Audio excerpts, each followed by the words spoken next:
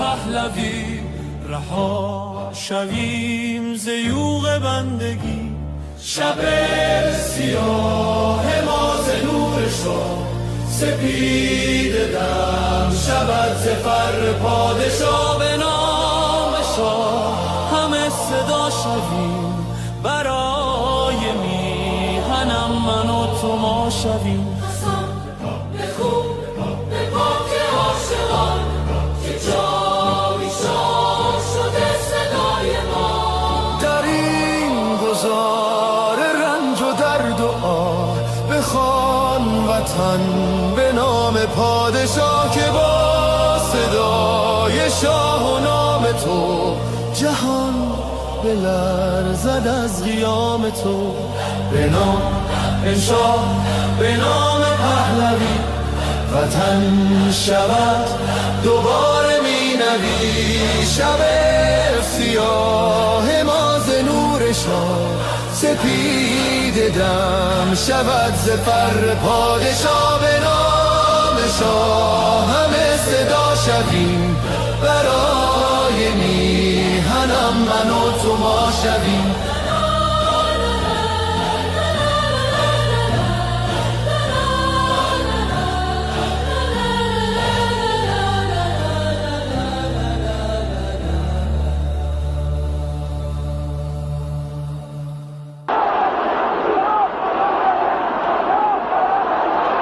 When you look at the crowds today, you have maybe 5,000-6,000 people here. On the streets yesterday, 1 million people, 1 million Iranians in the street for the Ayatollah Khomeini.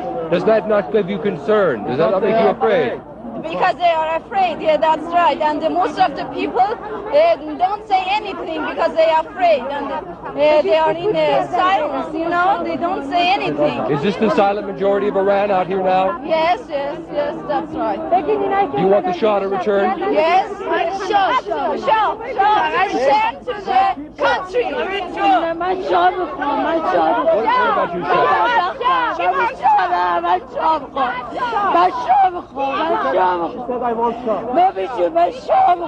Shah? Why do you want the Shah? Why does she want the Shah?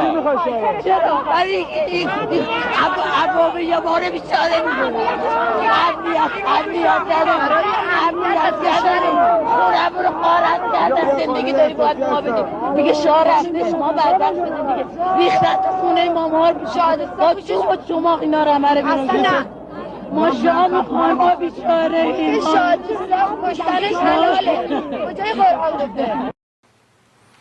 The so-called Islamic Republic is not the government of Iran. It is a hostile occupying force that's hijacked our homeland.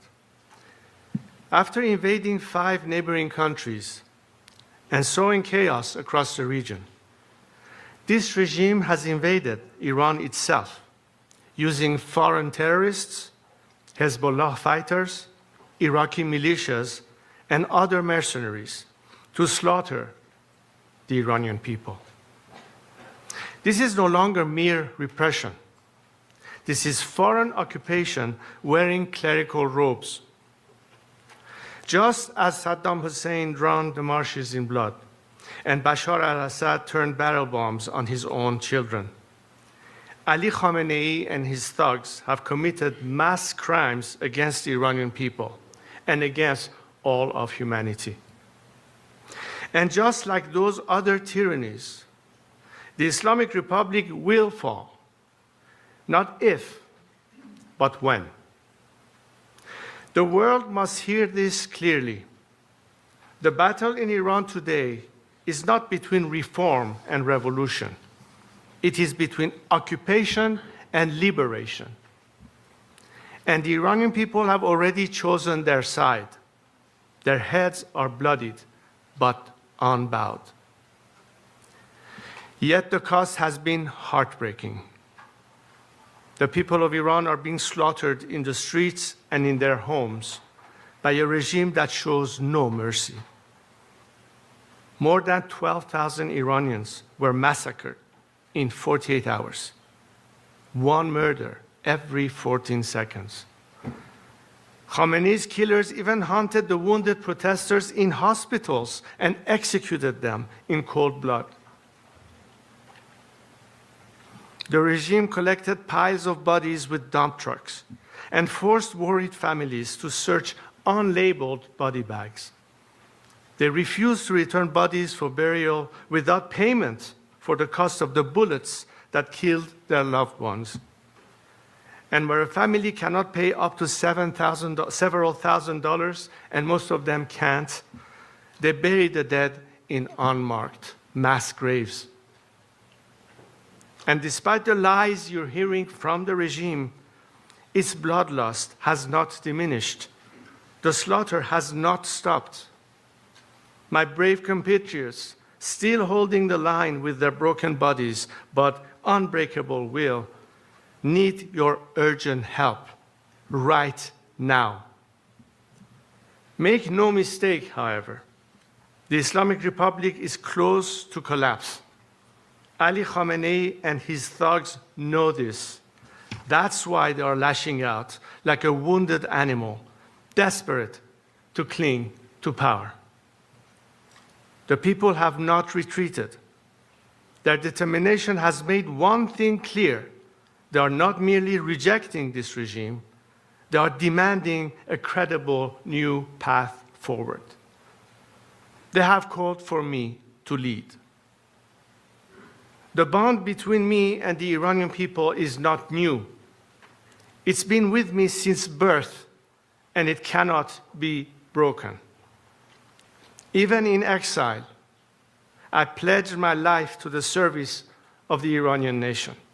این آخرین نبرد پهلوی برمیگرده.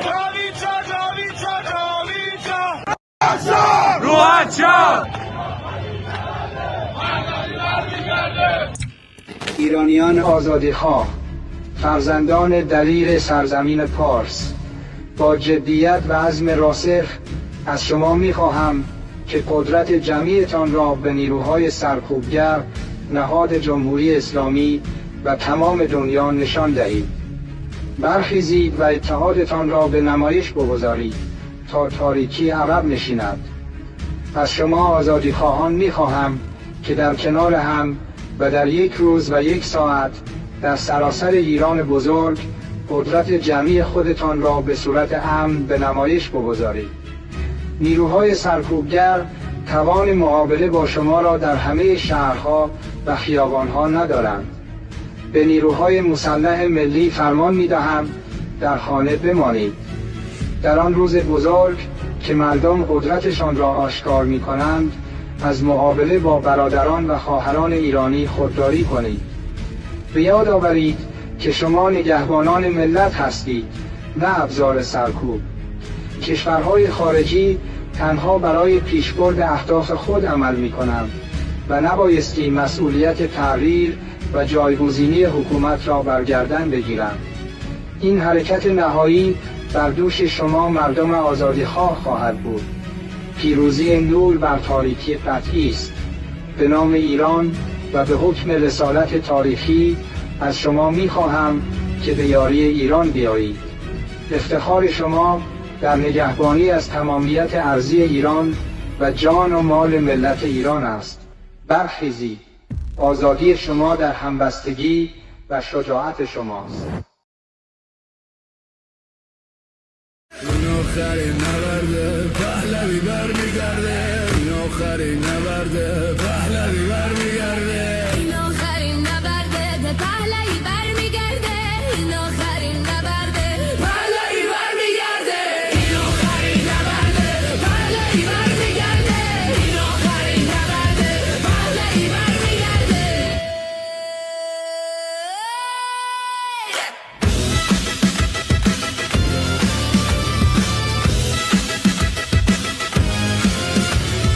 این آخرین نبرد پهلوی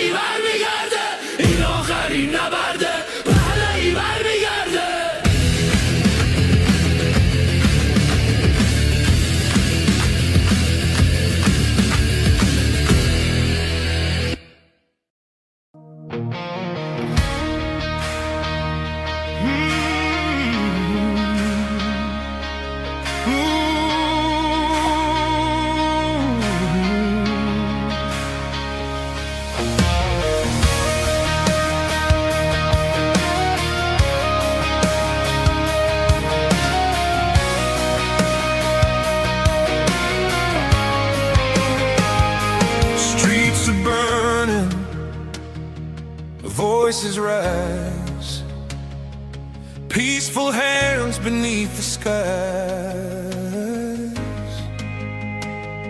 Police in black, they draw the line. Basic GIRGC crossing every sign. They shoot at us, no shame, no fear. 11 souls have gone this year. We march with hope, we stand as one. Oppression ends, the fight's not done.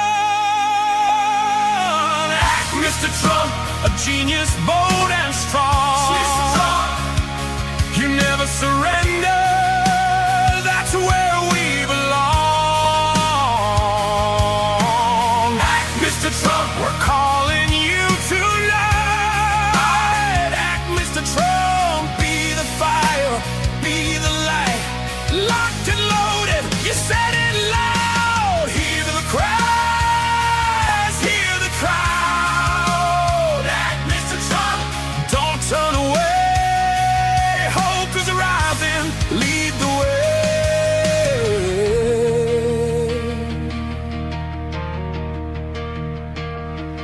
We don't ask for war trains, just freedom breaking. They beat us down, they steal our breath. Community regime survives on fear and death. The world is watching, time is now. History waits for your vow. From Tehran streets to every land, we reach for the steady hand. Don't let Democrats rewrite you out. Don't let them say trap always chickens out. Act, Mr. Trump, a genius, bold and strong. You never surrender, that's where we belong. Act, Mr. Trump, we're calling you tonight. Act, Mr. Trump, be the fire, be the light. Locked and loaded, you said it loud. Hear the cries, hear the crowd. Act, Mr. Trump, lead us to God bless the USA. We believe in you. Read the crown prince, hear his name. Reza Pahlavi, our hope and flame. He is hope, democracy's door. Stability in Middle East, we're longing for. The people shout from young to old.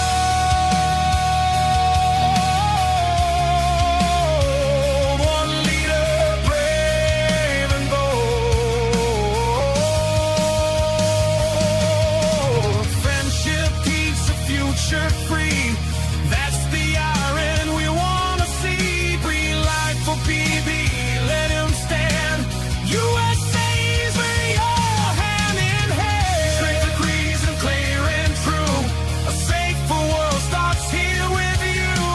Iranian, say it loud and proud. We love you, Trump, above the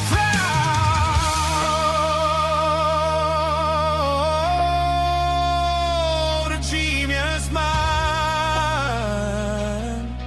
a patriot strong, a doer, fighter, where we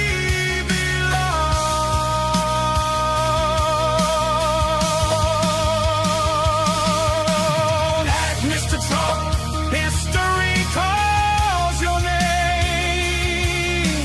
Act, Mr. Trump, light the flame. From broken streets to freedom strong, the new dawn comes when red, Mr. Trump.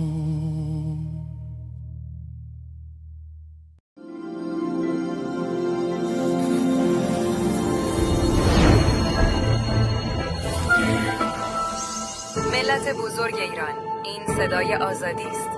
جمهوری اسلامی سقوط کرد.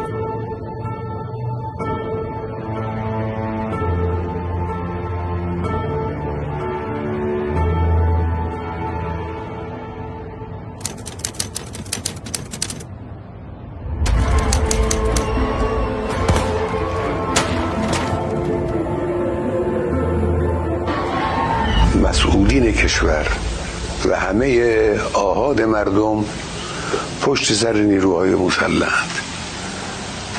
امروز از همه جناح‌های اونا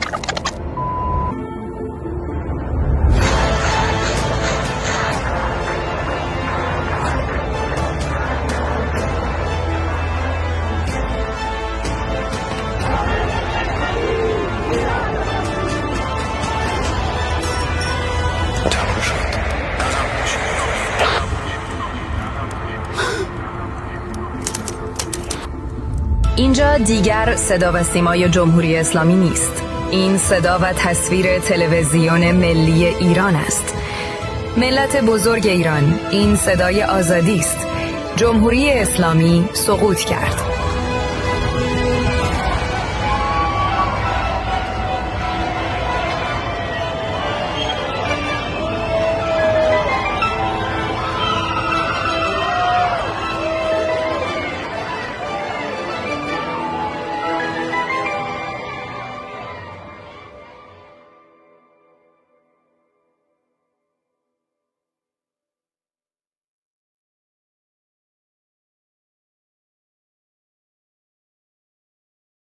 برگشتن پهلوی، وحشت هر اجنبی، بلند بگو هم شهری، شاه رضا پهلوی، نظام رسیده پرتگاه، بلند بگو جاوید شاه، برگشت شاه به میهن، دوای درد وطن، این آخرین نبرده، پهلوی برمیگرده، داره میاد پهلوی، زجه بزن صدایی، راه نجات وطن، پهلوی ایران میشه گلستان، شاه که بیاد به ایران، ایران که شاه نداره، حساب کتاب نداره، آخون باید گم بشه، تو تانک فشفشه، گم شو بیرون اجنبی، داره میاد پهلوی، فریاد بزن جاوید شاه، شعار هر وطن.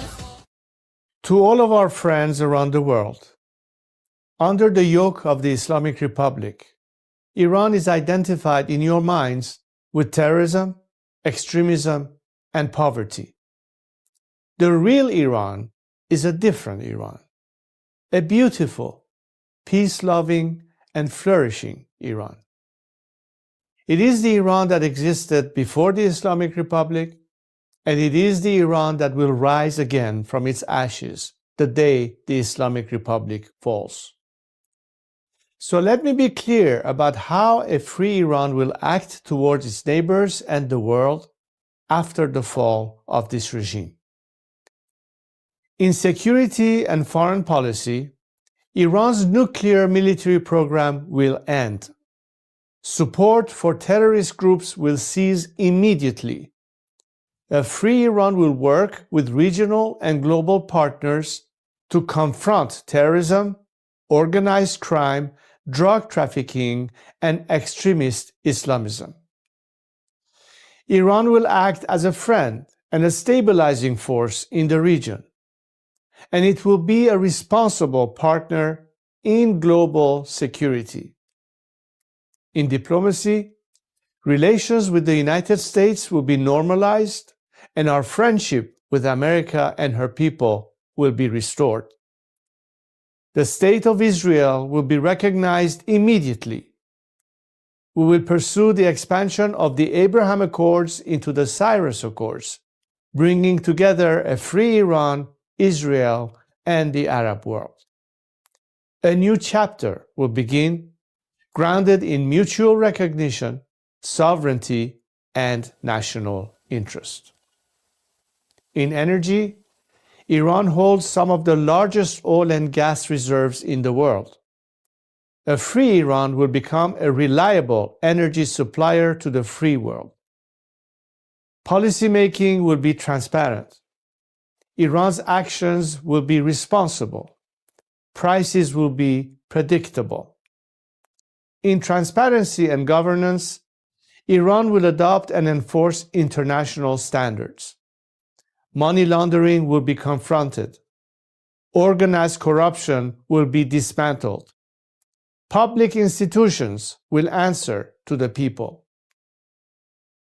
In the economy, Iran is one of the world's last great untapped markets.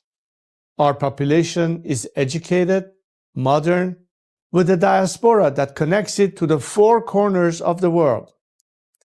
A democratic Iran will open its economy to trade, investment, and innovation, and Iran will seek to invest in the world. Opportunity will replace isolation. This is not an abstract vision. It is a practical one, grounded in national interest, stability, and cooperation. To achieve this, now is the time to stand with the Iranian people. The fall of the Islamic Republic and the establishment of a secular, democratic government in Iran will not only restore dignity to my people, it will benefit the region and the world. A free Iran will be a force for peace, for prosperity, and for partnership.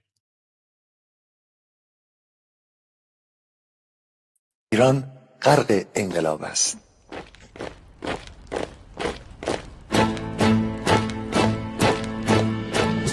کشور ما، تاریخ ما در سیدگر فرا گرفته، گویی اهورا مستا دوباره در نور خود مرا گرفته. هشتون سرودی سر میدهم باز فارغ از رنج و تشویش. ایران غرق انقلاب است، به پیش به پیش به پیش. ایران غرق انقلاب است، به پیش به پیش به پیش. هن ای پدر، هن ای پسر، برخیز و با ما شو همگام، تا درد آن تجربه تلخ ما را نکشیده در آب. بگذار هر دم بغرند گرگ‌ها دم لباس میش. ایران غرق انقلاب است، به پیش به پیش به پیش. ایران غرق انقلاب است، به پیش به پیش به پیش.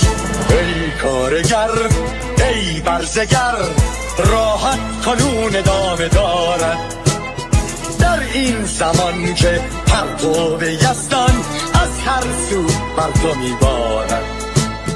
پس پیش به سوی آزادی از بحر خزر تا کیش. ایران غرق انقلاب است، به پیش به پیش به پیش. ایران غرق انقلاب است، به پیش به پیش به پیش. خلقا به پا بهر دفاع از استقلال و آزادی، تا بشکنیم پشت ارتجاع تیریزی ویران آبادی. تا زنده سازیم سنت‌های می از من آیین و کیش. ایران غرق انقلاب است، به پیش به پیش به پیش.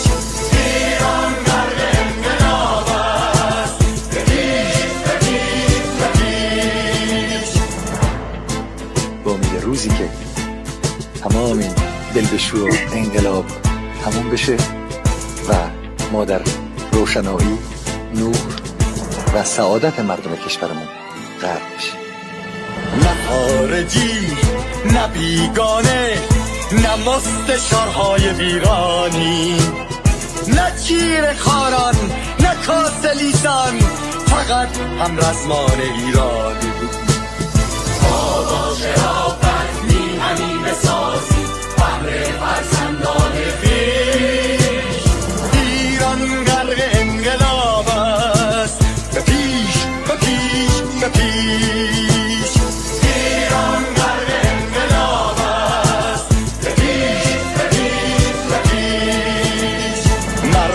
بیایی داخل صف ما اکنون که آغاز رویاست دشمنان بدانید ما زنده هستیم بعد از ما هم ایران پابرجاست آن روح شیطان ما را فریب داد با صد شعار مردمیش ایران غرق انقلاب است به پیش به پیش به پیش ایران غرق انقلاب است به پیش به پیش به پیش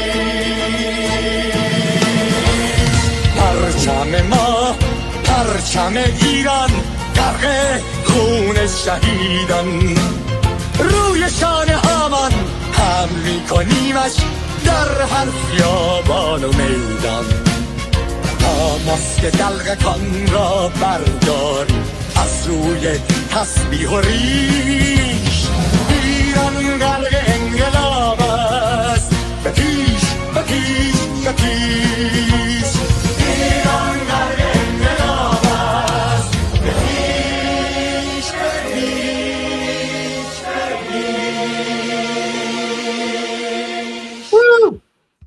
Welcome to see. I heard you said some spicy things.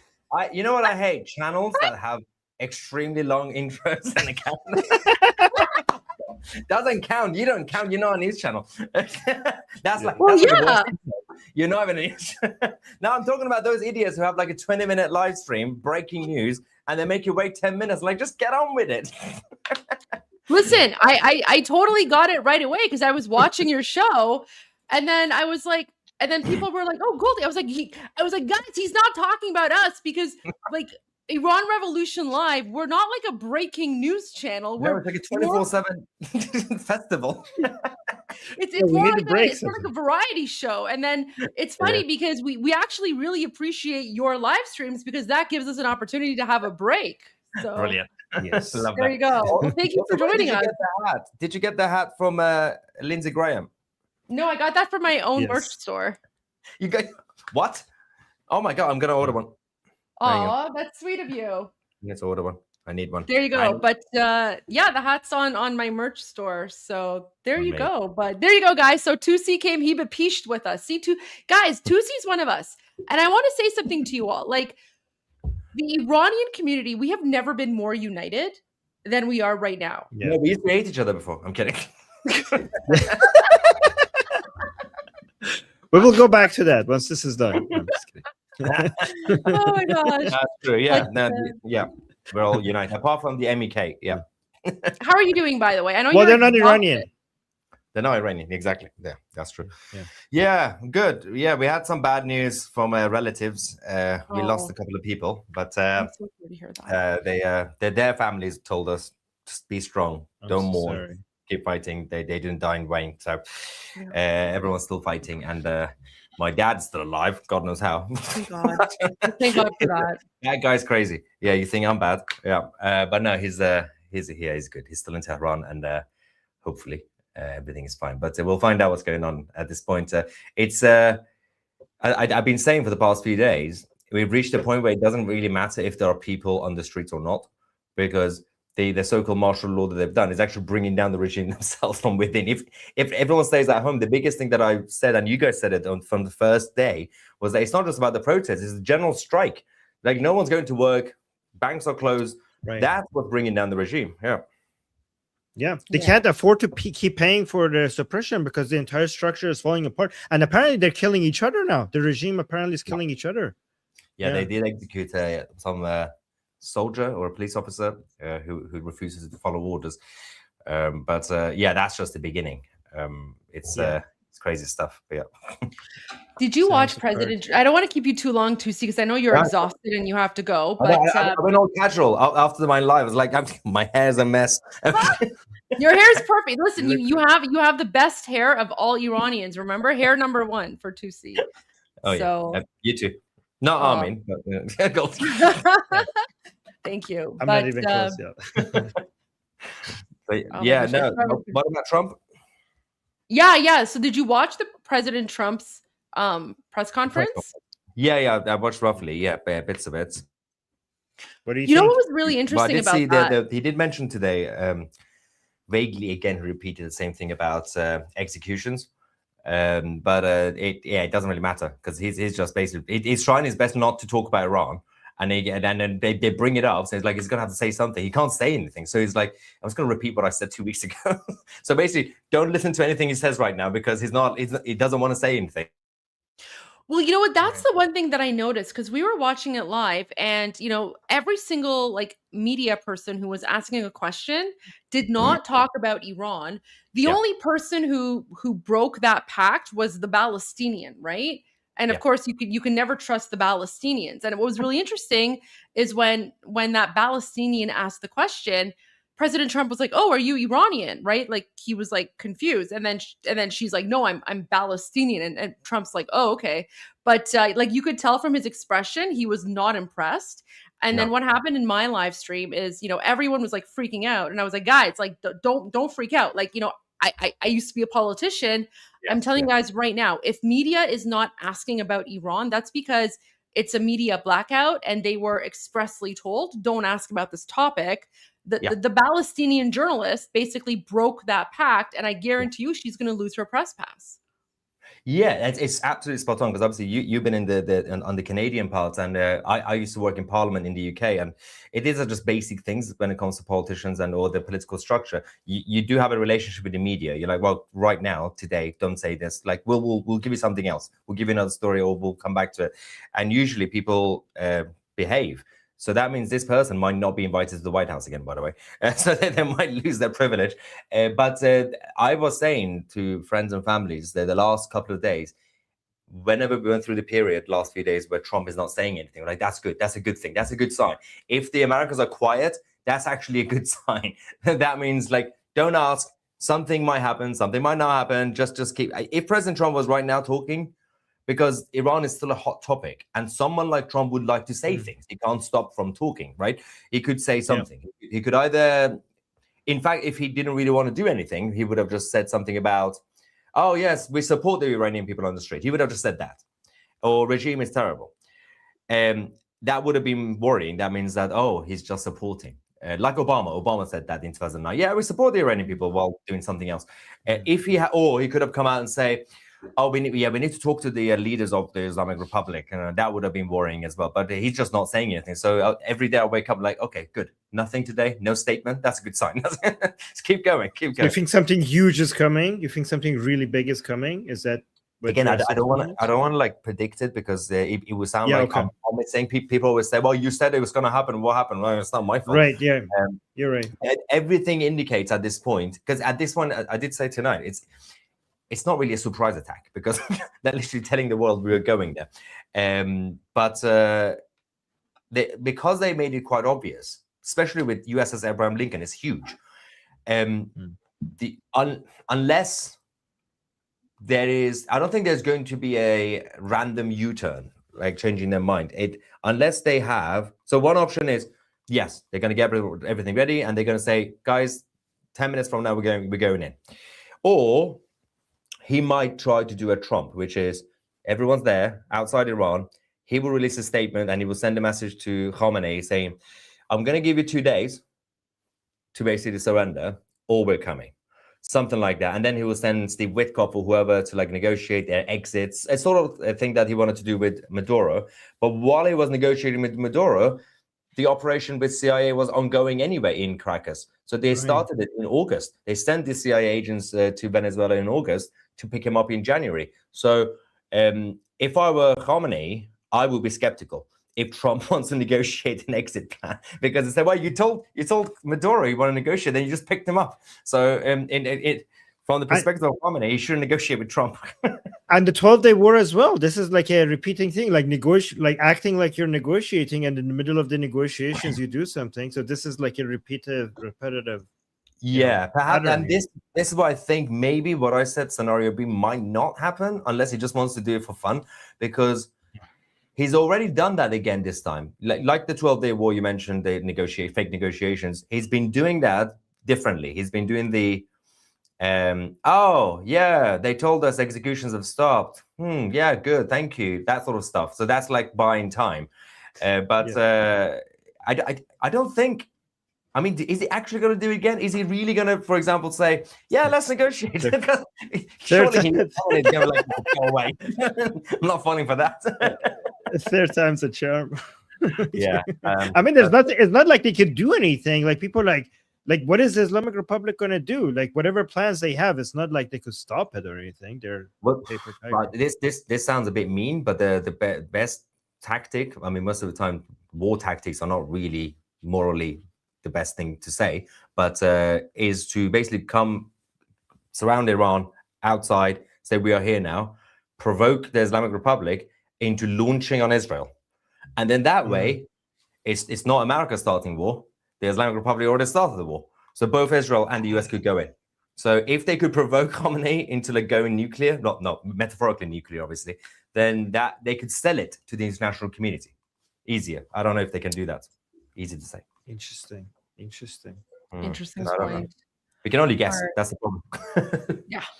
Well, that's the thing. Like all we can do is just guess and and that's part of the strategy, right? Is to keep everyone guessing because you don't want the Islamic regime to know what's going on, right? No. So, Yeah. but I mean, I have a hard time believing that President Trump is sending USS Abraham Lincoln all the way to the Persian Gulf. And that costs what, like $7 million a day or something? Yeah. So that's a lot of American taxpayer dollars to be like sending the fleet there for no reason. Yeah. More than GDPs of multiple countries just for that.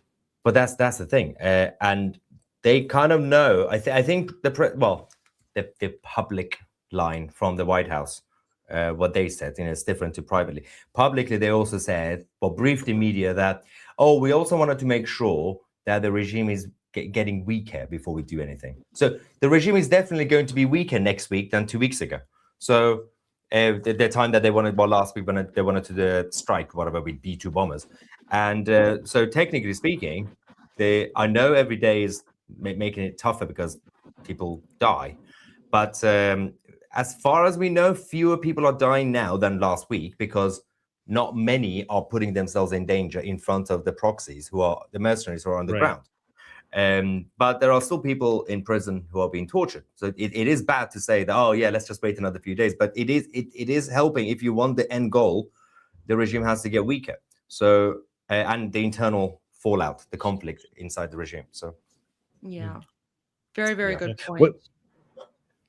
And you're hearing as well, we're getting a lot of messages from inside Iran that just because we're home now, that doesn't mean that the civil revolution has stopped. Everybody is ready to get back into the streets the moment the king gives a command, and the moment the time is ready. Everybody is on the same page. They're more united than ever, ready to go back when it's needed, even stronger than before. That's what we're getting. It is because Iranian people, as you know, are very emotional people. So which is good and bad. So it's good. That means when they're motivated, they get excited. But when they lose, when they feel they lose, they lose. So when previously the regime takes control of the streets and then they do a rally, we won, and everything goes back to normal, cars come out driving around on the streets, then people at home, you wake up in the morning, you're like, oh, this feels a little bit like a defeat. You call your cousin, oh yeah, you're also at home, oh yeah, we tried, every single time. But this time, even when people have to hide at home for a bit, they can look out the window. They're like armored vehicles are driving around. Banks are closed. There's no electricity. The president is nowhere to be seen. And so they know, but this is not really a defeat because no one's actually won. So, okay, we might have to hide for a bit. I did mention earlier, like the French Revolution, towards the end, when the French establishment were basically killing the revolutionaries, people have to hide at home for like months. But the fight was still ongoing. They had to find different ways to do it. So that is the move. You're correct, Armin. Yeah. And the prince has given us the command for the Iranian diaspora to do everything we can to convince the world that this is not over and to keep the attention on Iran. What do you like? Do you have any points to that? What do you think is the best strategy for us to say to, I don't know, the Americans, the Europeans, the Israeli, and everyone else? Because some people might be like starting to look away, and the Islamic Republic really, really wants people to start looking away. So what is the best strategy for us Iranians outside of Iran to try to avoid that from happening? So there are big protests every weekend, but you're right. If you just rely on those things, after a few weeks, it would die out. Like, you know, even the Palestinian protests, like after a few weeks, people got bored of it. And so, but it's about keeping it, again, Goldie would know as a former politician, it's about the media tactics and strategy as a political movement, that you have to find ways every few days to keep it in the media. So whether it's, for example, getting a top politician from Canada or the UK to say something interesting, even if just one, like today I showed the European Parliament, a couple of people, that kind of gets the headlines. A couple of stories, I don't know, for example, if someone just escaped Iran, if we give it to some big media channel or like, again, like a opposition leader somewhere to like interview them. These are like big stories. You just keep it in the media. That's the best way. But you're right. If you just keep protesting, people just get bored. You know, oh, you're just protesting. But the protest right now is still peak because the numbers are huge in Toronto, in Vancouver, in London. They're crazy numbers. I don't know what's going on. So they are helping. They are in the media. But the news that comes from Iran is our job. You guys are my job to. There's every day there's always like 2 or 3 big stories coming out of Iran, right? Like whether it's a defection, whether it's the regime killing themselves or whatever happens, and we have to make sure that somebody picks it up. Whether it's one of the media channels, I know it's unlikely CBC or BBC or what of these guys do, or a politician would do it. Pick it up, tweet about it. Like Lindsey Graham, despite everything else, he's actually great on this issue. So he's if he finds something, he would tweet it. It would help if we have these figures, whether they're American or Canadian or Israeli or British, to keep pushing. Just remind, and I think to add one more thing is, because the massacre has been so bad, it's for now it's almost impossible for them to like lose focus. But after a few weeks, yeah, if nothing happens, yeah, it will die out and it'll be very difficult to bring back the attention. But right now, a lot of people feel guilty. Even like European liberal leaders feel a little bit guilty. They're like, yeah, we're gonna have to say something. Yeah, I think, well, I mean, the massacre it's the worst since the Islamic regime took over in 1979. Like they're literally going scorched earth. And, what we're hearing from people on the inside is that the numbers that they're saying, it's not even comparable to what it actually is. And, the challenge here is that because the regime still has the country in an internet blackout, right? So they're banking on the fact that Iranians in occupied Iran can't communicate with the outside world to make it seem as if like the silence means nothing's going on. And in this day and age with like, media technology and, people wanting like videos and like that dopamine hit or whatever, when people don't see new videos coming out, they just assume nothing's going on. But whereas for us as Iranians, we know that because the internet's shut down, that actually means there's a lot of horrifying things going on that we're not hearing about. So that silence is actually much scarier than nothing coming out. It is, but also, again, we don't want to be the guys who sit here and tell people in Iran to like do crazy things. Like, oh yeah, I'm sitting here, but go kill yourself. Like, no, but we can only hope, because they are saying, you guys, I think, showed that video yesterday as well. The guy from Iran who obviously covered his face from the immortal guard. They are saying they are doing things. Videos are not coming out, but they are doing things. It does help because let's not forget, during the French Revolution or in the 70s with Khomeini, all he had was cassette tapes. He was sending cassette tapes to Iran, a few of them, not even like millions. People will listen to it, then they will share it with the others, word of mouth. So we are getting a little bit lazy here. Like, oh, internet's down. What do we do? Like the Crown Prince would say something. Some people will have access to Iran International, for example. They will automatically broadcast it anyway. And then it's their job to do word of mouth. Everybody talk to each other. Just go like knock on the door of your neighbors. And I think they are doing, because the messages we're getting is that they know what's going on outside. They knew there were protests in Canada. How do they know about that? So we can only hope. But the internet shutdown doesn't work. We actually had someone join us earlier today. He was here with us for like 5 hours. He's from the Immortal Guard, and he was giving us all this. That's crazy. He was here. That's brilliant. He was here. He confirmed that, he's using Starlink from Elon Musk to join. But he just sent me this, Mahir. He just sent me this from Tehran. Look at this. Oh, wait. Wrong video. Wait, let me add this. Oh, yeah. What's that? Is that now? That's right now in Tehran. That looks. I love it. That looks like nuclear, but it's not. So that's apparently there's a major unknown explosion in Tehran. He just sent this to me. Yeah, a lot of gas explosions, right? Gas leaks. Yeah, gas leaks. So yes, so things are happening. We just don't know what. No, and I think they people on the ground would know, because that neighborhood would hear the bang. They'll tell the other people. They'll people are aware. I was talking to my dad a few days ago, last time, for a few minutes, and he doesn't have access to anything right now. And somehow he knew. I don't know how they know. He knew things from Mashhad. I was like, how is that even possible? Because they got nothing to do right now. If they leave the house to go to find a shop that is open somehow, they just talk to each other. They're like, oh, so what have you heard from other cities? Like, that's all they have to talk about, because nobody has any work, nobody has any business. It's dark.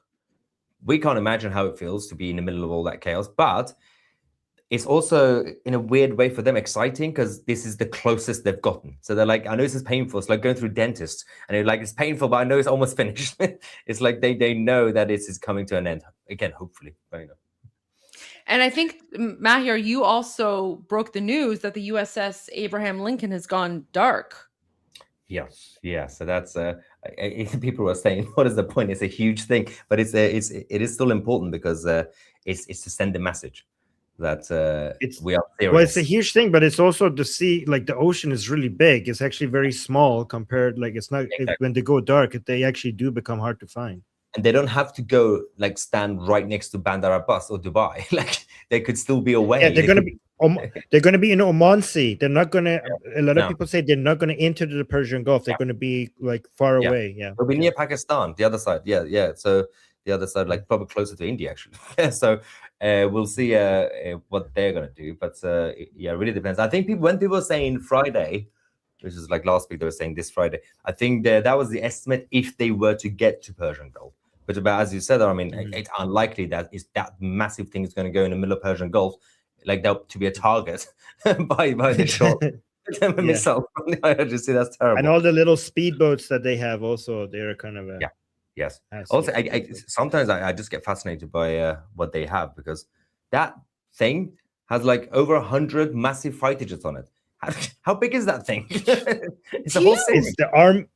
It's bigger than the army of multiple countries combined, just one of them. And the United States has 11 of them. The United States has 11 airstrike carriers. I thought they had like 3 or 2. No, China has 3, building 4. US has 11. That is insane numbers. Like, literally one of them could take over countries. Like, it's so funny. Yeah. Pretty much. That's amazing. God. Yeah. So we'll see. Do you have a message for, because we now have some Iranians actually managing to get online, few Iranians without Starlink, with VPN, just a few. Do you have any messages for Iranians inside Iran, in case some of them are listening? Yes. So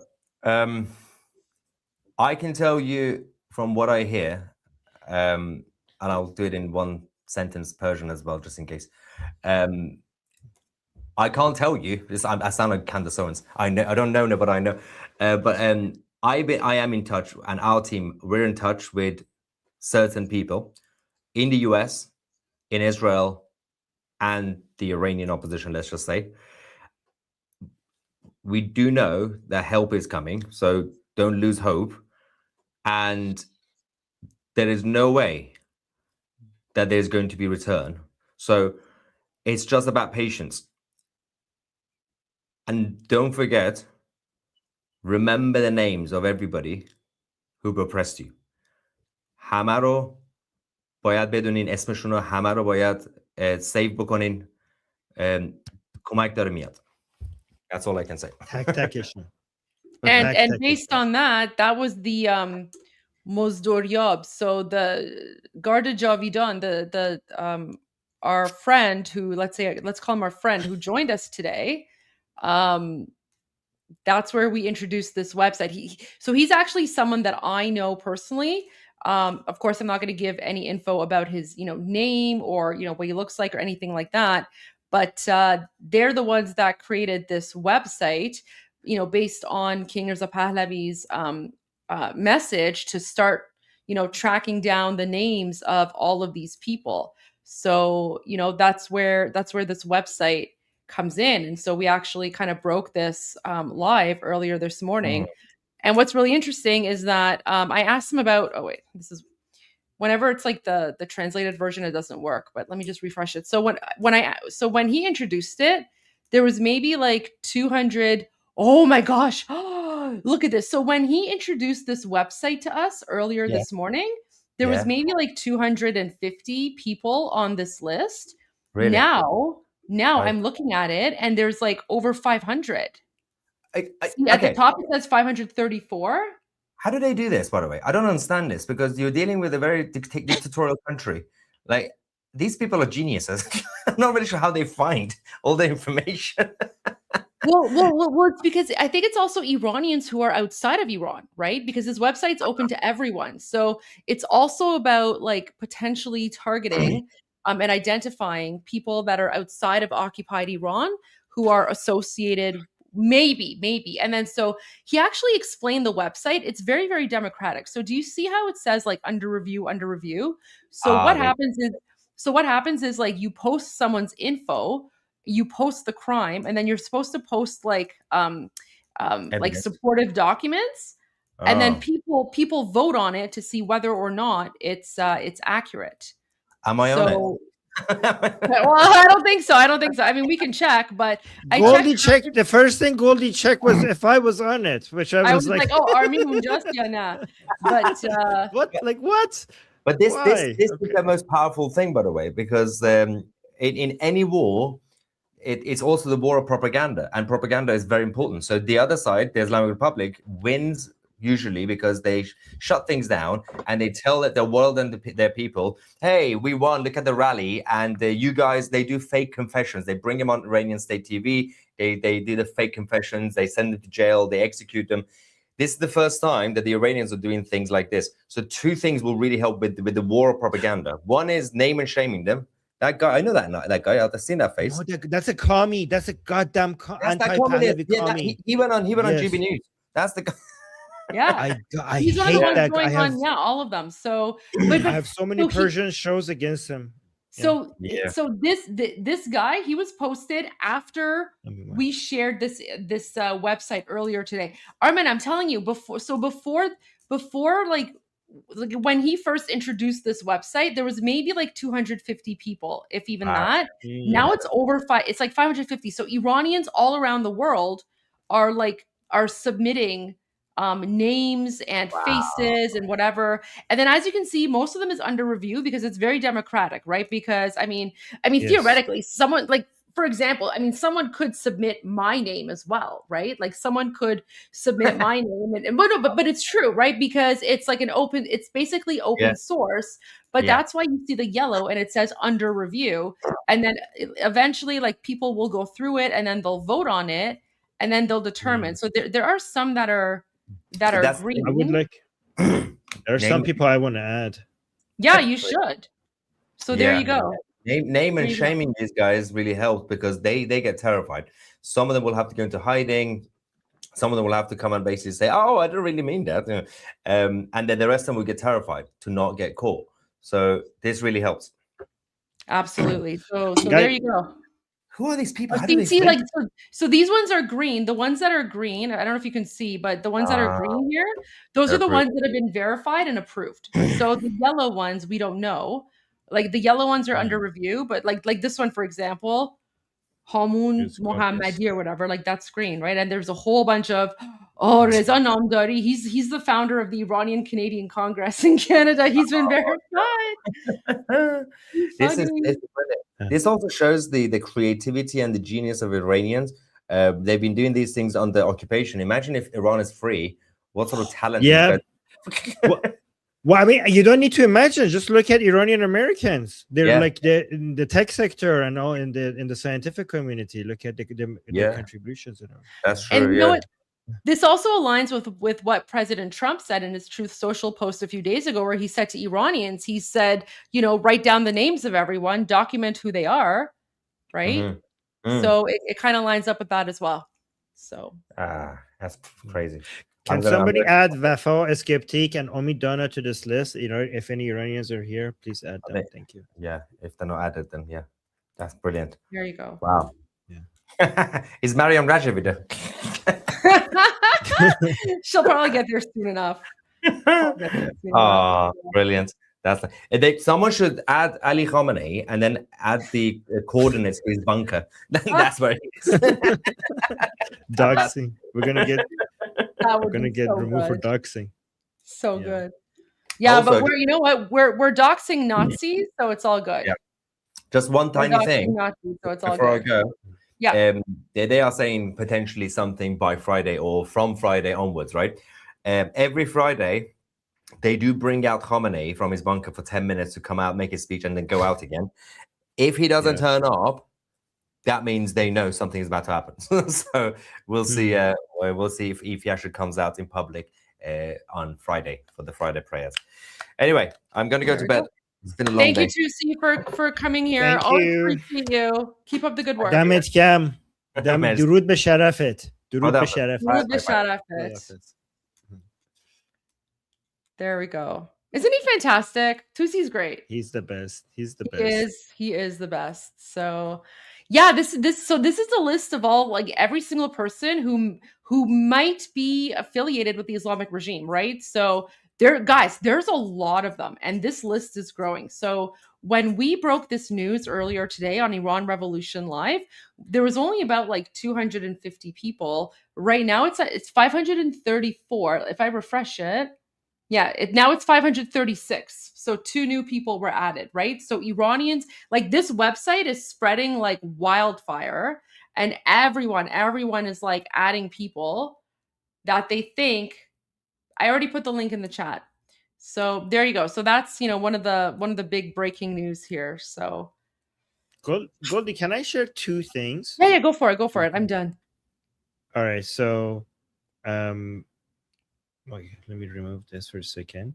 First of all, there's this one video that I've been since morning. I've been waiting to find a chance to share this. This is just shows one of the regime forces using you're not going to see anything gruesome, but you're going to see using a machete to attack people, just for you to see their crimes. So this one.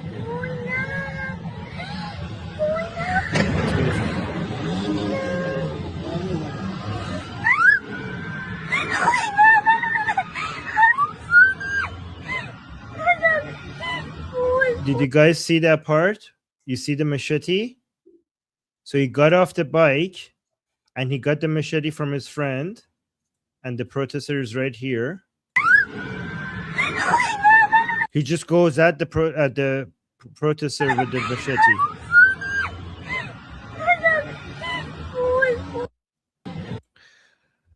So that, and then another video I wanted to share.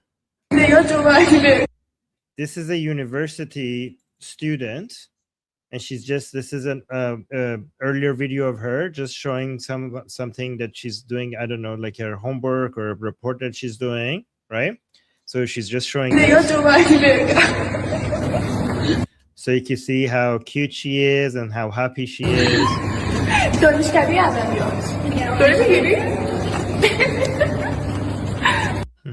So you can see she's adorable, right? So she was murdered. She's now gone. They took her away from us. Sometimes I just want to give examples of some of the people that we just lost in this war. So those are just the 2 things I wanted to share with you guys. It's so sad. Yeah. It's devastating. So many young lives lost. But we have to be strong. Because right, this is the final battle, and this is the final battle, and there's no going back, right? I got news. This might be interesting to you. Wait, where is it? I had the news somewhere. Maybe it's a different one. Here we go. Wait, did I lose it? I have something that I'm not going to share. I'm going to send it to you, Goldie, just for your eyes only. Just be careful not to share this on stream. No, I won't. But look at this. So this was news from earlier today. I couldn't share it because, of course, I don't want to interrupt Potipto. But apparently, Iran International posted 5 hours ago, Iran Interior Ministry official defects urges Trump to intervene. So a serving official, because some people were saying that it was like Iran's interior minister defected. No, it wasn't the interior minister. It was an official at the interior ministry has defected from his post and joined the protests urging US President Donald Trump to intervene against the Islamic Republic. He said in a message to Iran International. The official said in an audio message recorded on Sunday that he stayed away from work after a call by exiled Crown Prince Reza Pahlavi. Iran International is withholding the official's identity for security reasons. The official said he took part in recent demonstrations and witnessed the Islamic Republic's use of live fire against protesters. He said protesters were facing armed forces with no means to defend themselves. People have done everything they can to make their demands clear, he said, adding that security forces were deliberately targeting demonstrators with live ammunition. The official appealed directly to Trump to act, saying many Iranians were waiting for U.S. intervention. People are waiting for Trump, and if he does, you know what? I don't believe this. This is nonsense because like this goes against what Potipto was saying earlier today. So this is where like I have issues with Iran International sometime because Potipto, remember earlier today, he was saying that Iranians, like any outside help would be amazing, but we cannot rely on outside help to push forward the revolution. We have to fight regardless. And if we get any help, we'll be grateful for it. So I don't know. I feel like this is kind of BS. This is like No, this that's is right. that's What you're saying is propaganda. completely Yeah. what you're saying is should be the message. That's what we should be focusing on. And guys, this is why like I don't like Iran International because Iran International they will spread propaganda, but they kind of mix it in there in between like news. So I mean, someone could have very well defected, but this line here to me, this looks like Islamic regime psyop, right? Like this could be like they're trying to like make Iranians feel like discouraged, right? Discouraged. Because Potipto said earlier today, he said we're grateful for any outside intervention we get, but we can't rely on that because the revolution is up to us. Like we have to free ourselves. So there you go. So there's an example of how you can't always trust the news, right? That's so frustrating. So frustrating how like our news is so messed up that we have to like always be on guard because they're always trying to like regardless of what's happening, even our messaging should be that you need to focus on what you can do. What Trump is going to do, what anyone else is going to do is outside of your control. So the messaging should be what's in your control. And what's in your control is that you fight. I mean, and that's not what we're saying because Goldie and I are not in a position to tell what Iranian people what to do. We're just, but you know who is? Prince Reza Pahlavi is, and me and Goldie and I are just, all we do is we try to be in line with what our king has commanded us and just amplify his voice as much as we can. That's what we're doing. We're not deciding what the Iranian people should do. The Iranian people have already chosen their leader, and we're just in line with the command of our leader. Absolutely. Armin, I sent you, this is a new Manoto video. Did you want to put it up on your screen so that you can share this? This one's also like, this one's pretty horrific, but I think it's important for people to know what's going on. Okay, so let me just do a 20-second washroom break. I'll be right back because I think this is going to, I have to go through this. But look at the video that I just sent you. Well, I'll in 20 seconds. I'll be Take your time. Take your time. Let me see what video you sent me.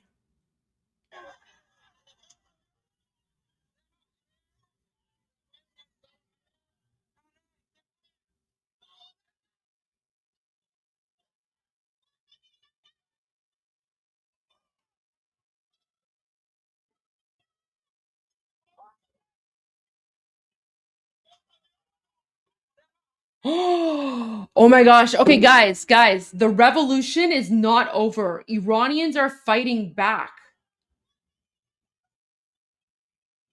You know, so guys, based on what I'm seeing here, oh,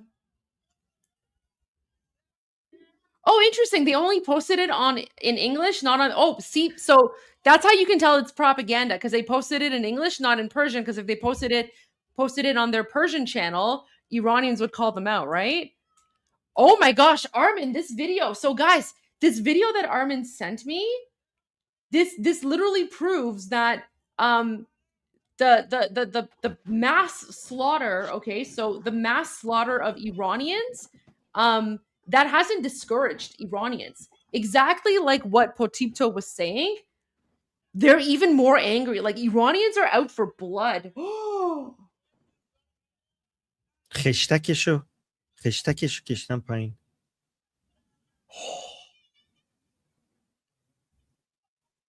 They don't just take revenge, they also humiliate them when they do it.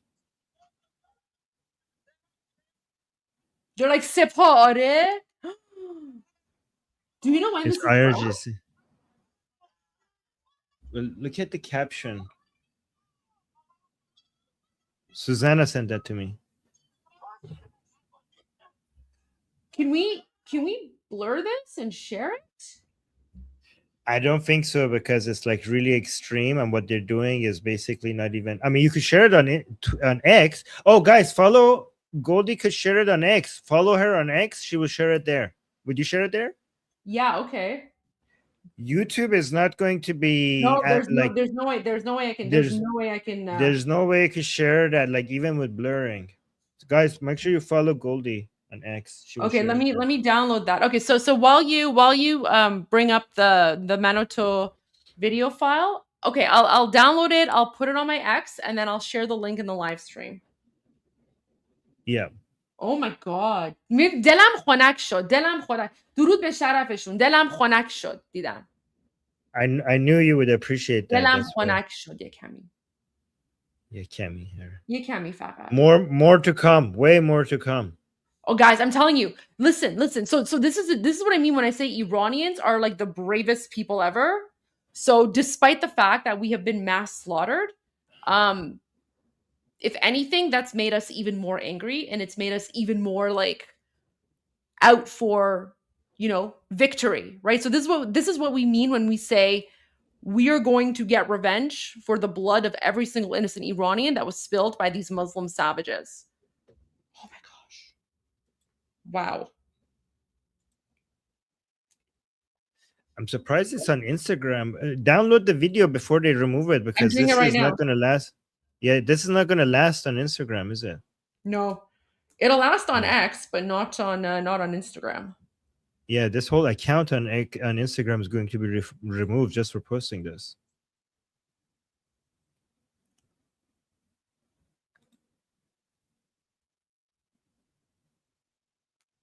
Wow. Guys, this is why we need X, because like other social media outlets are too sensitive.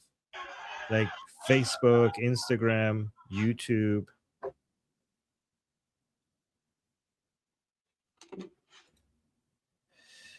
All right. So should I go through this? Yes, please. All right. So guys, this is what Goldie sent me. The caption says, a first-hand account from Tehran. Burned and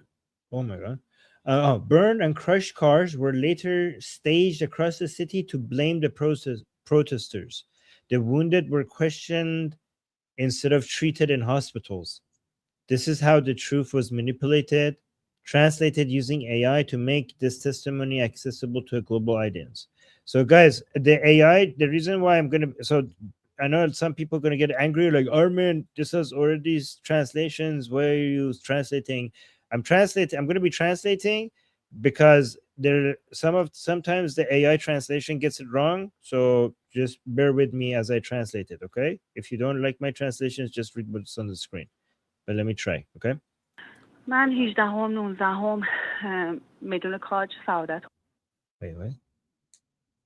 من 18 19 میدون کاج سعادت. So she's saying that she was on Kaj Square, which is Pine Square, on Hijdahom and Nuzdahom, which is on, I think that's January 8th and January 9th. I think those are the Gregorian calendar. She was in Pine Square آباد اونجا بودم. in Saudat Abad. اول یه نکته رو بهتون بگم که So first, let me make this point. از بالای مسجد به ما تیراندازی میشد. Guys, they were shooting to the people from above the mosque. Do you see now? That's why they're burning the mosques down, because the mosques Do are you hubs of terrorism. Yeah. Do you see now when people call Goldie terrorist because she was happy that the mosque being burned down? The reason why Goldie and I were celebrating that was because the mosque are terrorist centers. They're shooting people from the mosque, from inside the mosque at people. This is why people are burning down the mosque. Okay, so from above the mosque, they were shooting at us. That's what she's saying. و به خاطر همین بودش که شیشه‌های مسجد شکسته شد و And that's why they broke the windows of the mosque. داخل مسجد وارد شدن. And people entered the طوری mosque. که خودشون برای که مردم خارج بکنن از And they used tear gas so that they could make the people leave. خودشون برای که مردم خارج بکنن از گاز اشک‌آور خیلی استفاده کردن و داخل They used a lot of tear gas. محوطه مسجد مینداختن. And they were throwing them right in the mosque area, right inside the mosque area. اون شب 2 ماشین اونجا سوخته شد، یه ون. That night there were 2 cars that was burned there. There was one van. بازداشت مربوط به بازداشتی‌ها و زندان. Oh, there was a detention van that the people put that the regime puts the prisoners inside. و یه ماشین دیگه. And another car. So 2 cars were burned, one van for, the regime van, and another car was burned. ولی فرداش حالا من 2 روز چون اون منطقه تعمیرگاه هستش و ماشینم But the day after, بردم برای تعمیر. So she knows this because there was a car repair shop there that she takes her car to. So that's how she knows. تو منطقه فرحزاد یه عالم. So in the Farahzad area, ماشین آوردن گذاشتن. In that area, the regime brought a lot of cars to the Farahzad area. که ماشینایی بودن که پرس شده و له شده بودن. And these were cars that were already pressed and crushed. So they brought basically already crushed cars and they put it all over that area. که ماشینایی بودن که پرس شده و له شده بودن. من بلد نیستم و بلدم نبودم. من همون ونو که دیدم فکر گفتم اینا همه ماشینایی که آتیش گرفته. So she says like this is not something that is her expertise, but hold on, let me go back here. و بلدم نبودم. من همون ونو که دیدم فکر گفتم So when I saw that van, اینا همه ماشینایی که آتیش گرفته. These are all the cars that were burned. زمانی که تعمیرگاه رفتم مامورای But when I went to that repair shop, شهرداری اونجا حضور داشتن و مامورای شهر there were agents from the city hall that were municipal officers that were basically there. شهرداری داشتن میگفتن که بهشون گفتن برید ماشینای اسقاطی و پرسی رو برداریم بیاریم با ماشینای سوخته تو سطح شهر کنار خیابون بذارین که برای عموم اونایی که حالا شعورشون. So she's saying that the government agents, the municipal officers, they themselves said that they were told to go bring burned cars and already smashed cars and put them around the city so that ordinary people would think. یه مقدار پایین هستش ایجاد بشه که مردم آشوب کردن اغتشاش کردن. So for ordinary people that are less aware, they will come up with the understanding that, oh, look, the rioters, the protesters, they caused a lot of chaos and they damaged public property. وسایل عمومی آسیب زدن. این یکی از نیرنگ‌های جمهوری اسلامی. This is one of the tricks of the Islamic Republic. So she's saying that night only 2 cars were burned. One of them was a van from the regime, but what the regime does and goes and brings a lot of already damaged cars and burned cars in that area the day after, so that average people think like, oh my god, look at these protesters, they're so violent. این از اون. So this is one point. من روی اعتراضات بازار هم رفتیم. So she also participated in the protest in the bazaar. خیلی نمیتونم در توانم نیست چون آسم دارم ولی با وسیله نقلیه ترافیک ایجاد میکنم So she's saying I don't have much ability to use my car to cause traffic. نمیتونم در توانم نیست چون آسم دارم ولی با وسیله نقلیه ترافیک ایجاد میکنم نمیدونم پیچ میندازم هر کاری که میتونم. So she says like I'm trying to also help within my own capacities. Like she's saying I have asthma, so she's limited in what she can do, but she tries to help in her own way. هر کاری که میتونم. So she says I just do whatever I can. And the man is saying you're great. You're good job. You're doing great. So he's encouraging her. Okay, دیگه بگم یکی از So she's saying one more point I wanted to add. بگانم تیر خورده از One of my family members were shot فاصله نزدیک به پای from short distance to his leg. شلیک کردن. میگفت تو همون شبی که تیر خورده مردم خانوما کشیدنش کنار. So he said that in the very same day that he was shot. میگفت تو همون شبی که تیر خورده مردم خانوما کشیدنش کنار بردنش. So the people dragged him out. خونه و یه خونه‌ای که مجهز بوده و آماده بوده. And they dragged him. Some women dragged him into a house, and it was basically a house that had a lot of amenities. It was very well equipped. بردنش توی خونه و یه خونه‌ای که مجهز بوده و آماده بوده که بچه‌ها رو درمان کنه. اولاً So by the way guys, every time you see AI translating these to children, that's the incorrect translation. So please just remember that. In Persian, when we were trying to be endearing, we refer to some people as bachaha, like bacha biyan berim or bacha berim masalan birun. But we're not talking about children. Bacha literally means children, but it sometimes we refer to adults as bacha when we're trying to be like close and endearing and kind. So when AI says children, that is not children. So he's saying that the people in that house were ready to treat basically the people, not children, the people. Not kids. No, not kids. They're not referring to kids. This is wrong AI translation. اولا که تیرای کسایی که تیر جنگی خوردن رو از بیمارستان مرخص میکنن. So he's saying the people, first of all, the people who are shot with military grade with bullets, they just release them from the hospital. که ساچمه خوردن رو مرخص نمیکنن و باز. Oh, but the people who have been hit by pellet guns, they don't release them, they arrest them. What? Why? Hold on, let me make sure. Am I understanding this correctly? What? که بچه‌ها رو درمان کنه. اولا که تیرای کسایی که تیر جنگی خوردن رو از بیمارستان مرخص میکنن و کسایی که Okay. People get discharged if people who have been shot with bullets, they get released, discharged from the hospital. But people who have been hit by pellet guns, they arrest them. They don't discharge them, they detain them.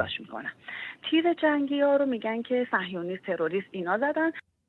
Oh, whoever has been shot with a real like a military weapon, like a gunshot, they claim that the Zionists shot them.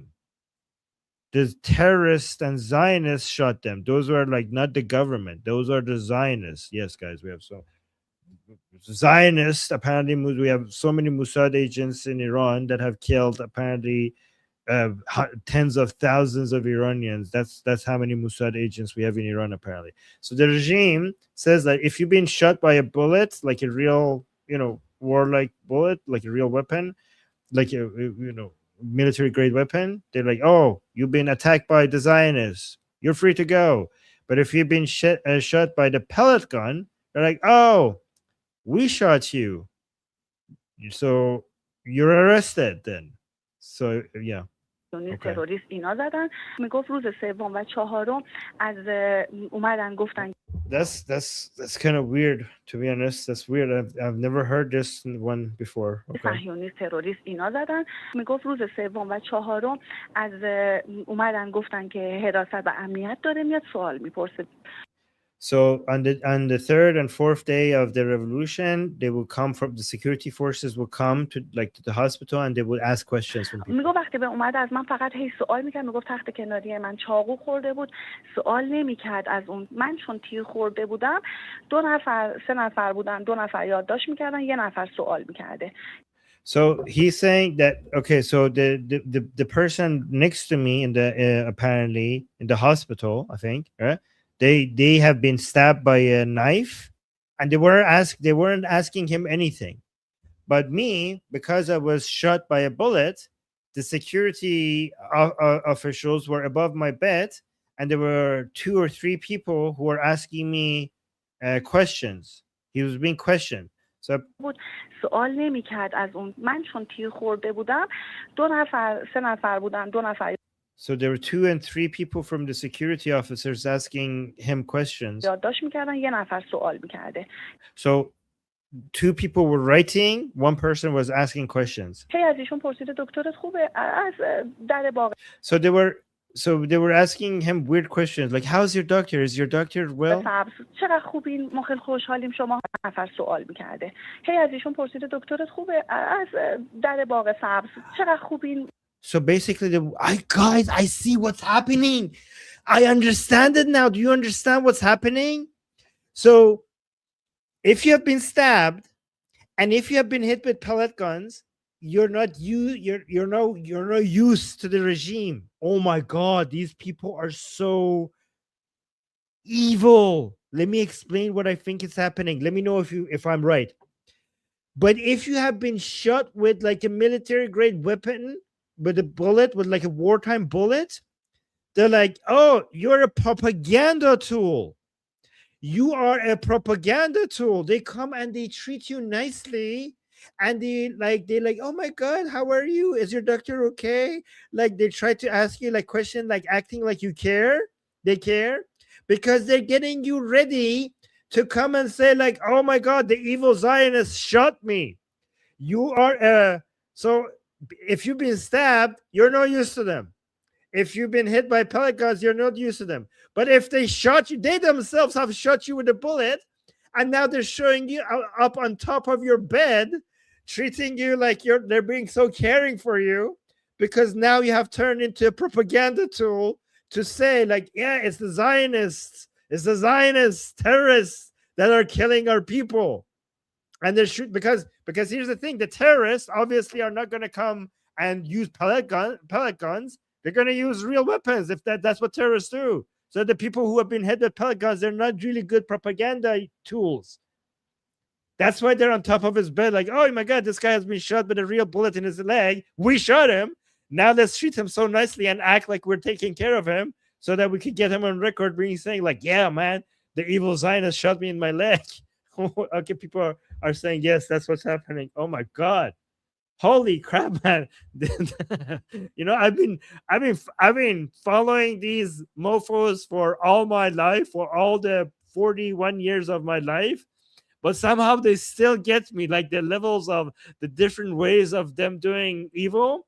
I still sometimes say like, oh, like even me after 41 years, I'm still not used to this level of evil.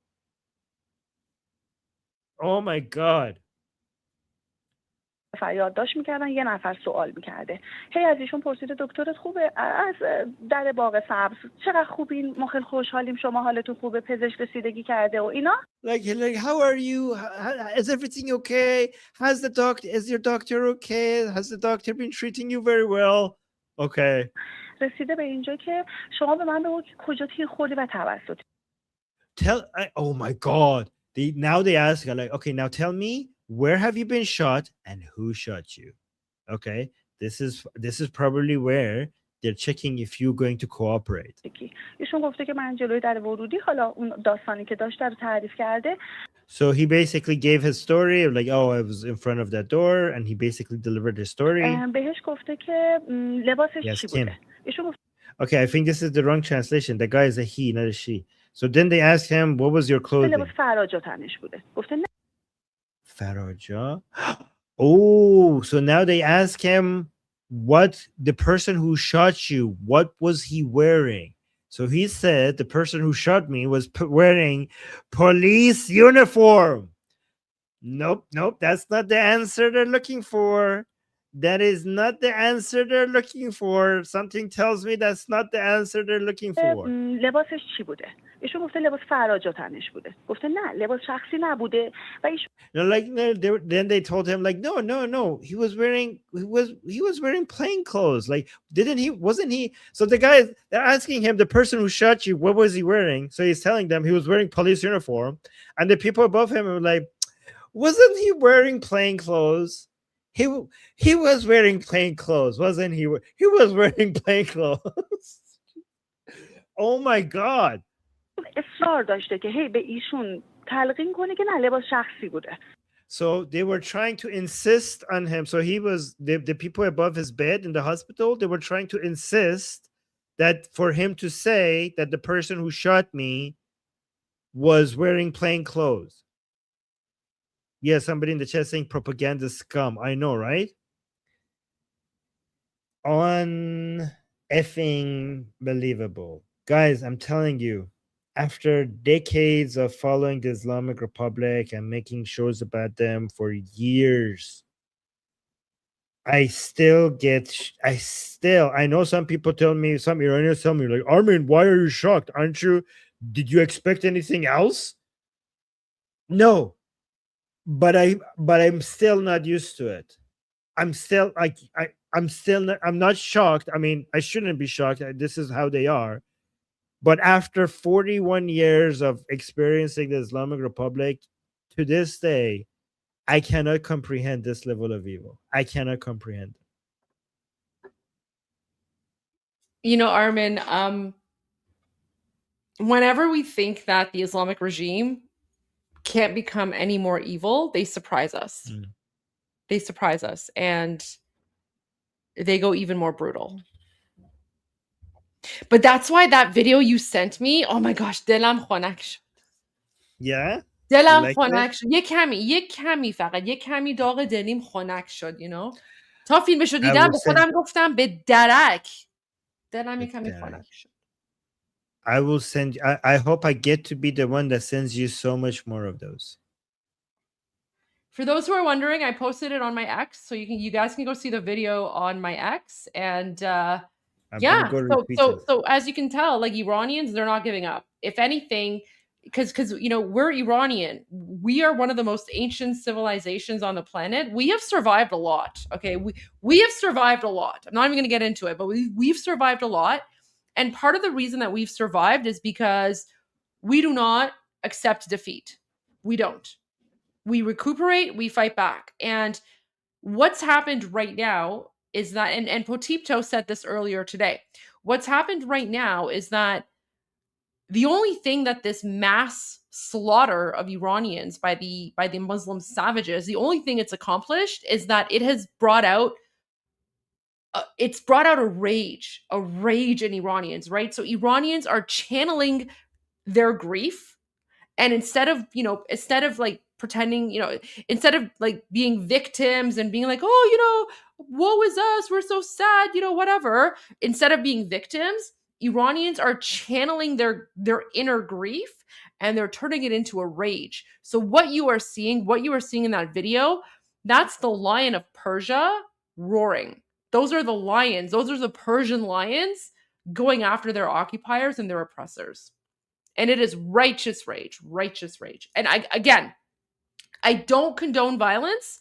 I do not condone violence. But given the mass slaughter, I don't even want to say the numbers, by the way. I don't even want to say the numbers. If you think 30,000 is the number, you're mistaken. Because Potipto and I, we had a conversation earlier today before we went live. 30,000 is nothing compared to what it actually is. So there is a righteous rage amongst Iranians, and now they're fighting back, right? Because again, this is resistance. This is resistance against a brutal dictatorship. Self-defense. It's self-defense, right? So you guys can find this. Is what resistance. This is what resistance actually looks like. what the Palestinian cause is doing is not resistance, it's terrorism. Yeah. If you want to see what actual resistance looks like, look at what the Iranians are doing. Yeah.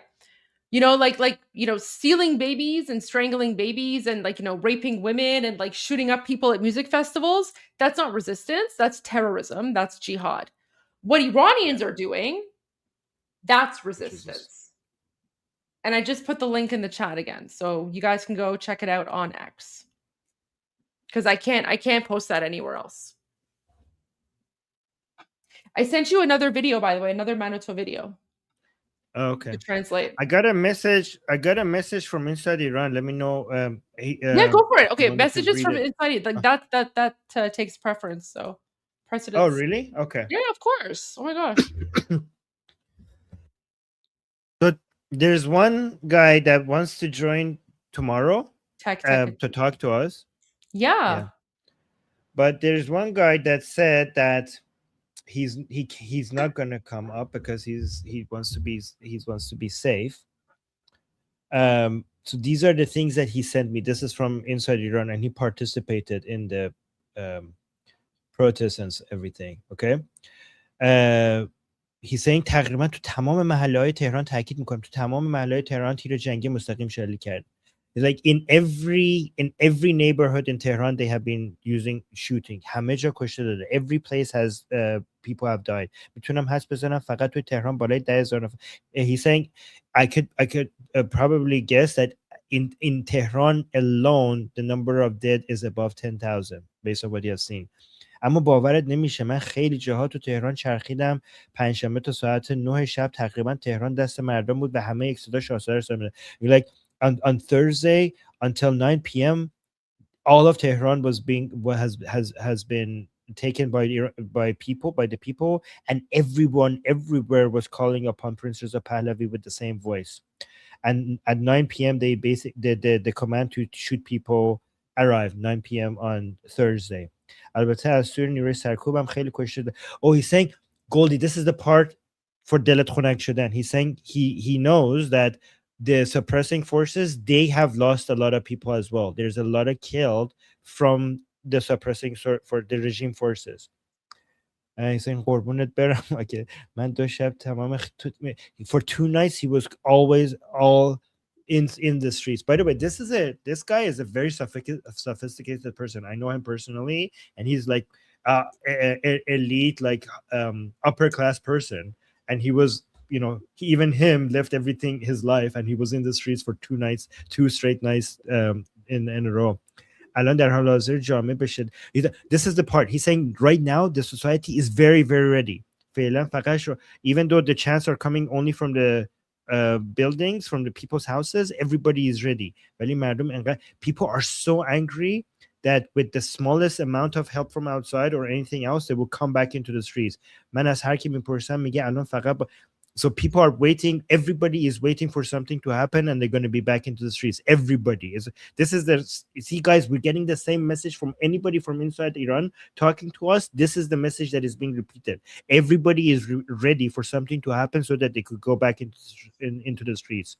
به نظر من اصلا هیچ مقاومتی از سمت جمهوری اسلامی صورت نخواهد گرفت. اینا بعد از اولین حمله فرار میکنن. He's saying that there's not going to after the next round of attack there's not going to be any resistance by the Islamic Republic, and they're all going to run away.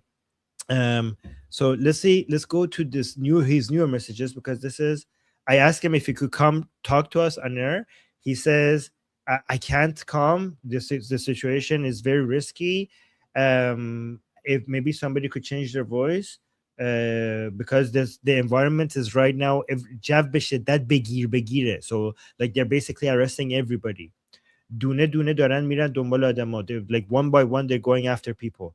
تو مترو و ایست بازرسی تلفن‌ها چک میکنن، گالریاشون میبینن اگه چیز. So in the metro and in every stop point they're stopping people and they're checking their phone. They're checking the gallery section of their phone to see if they have recorded anything, and if there's anything they have recorded they will arrest them. حتی من شنیدم آدم‌ها رو بازرسی بدنی میکنن جای سانچمه تو بدن باشه. So when they stop people in the streets, they're also looking, they investigate their body to see if there's any pellets in their body So if they have any pellets with pellet guns on their body, they will arrest them.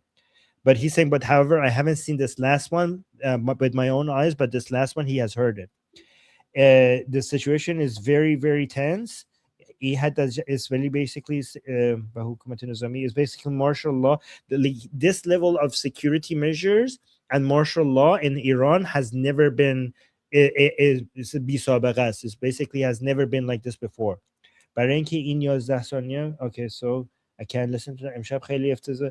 So this guy, by the way, Goldie, this guy managed to get online with the VPN, not with Starlink. So for a very few number of people, some VPNs are working. My dad is still not talking to me, so I know he doesn't have Starlink or a VPN. So this is rare.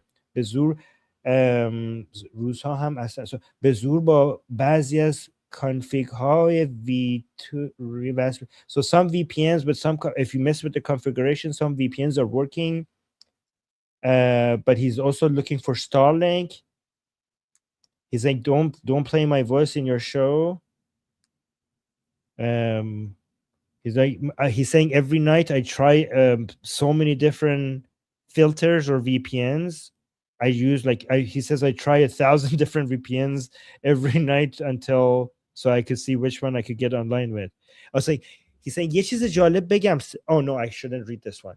Okay, so I'm not going to read the last one, but basically the main message is what we heard from everyone else, that they are ready for something to happen and come back into the streets. So guys, after all of the slaughter that the Islamic Republic has committed, they haven't been successful into convincing the Iranian people to stop fighting.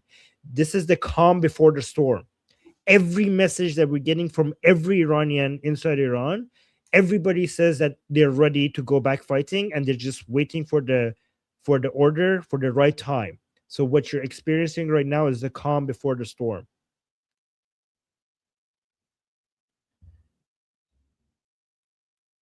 Wow.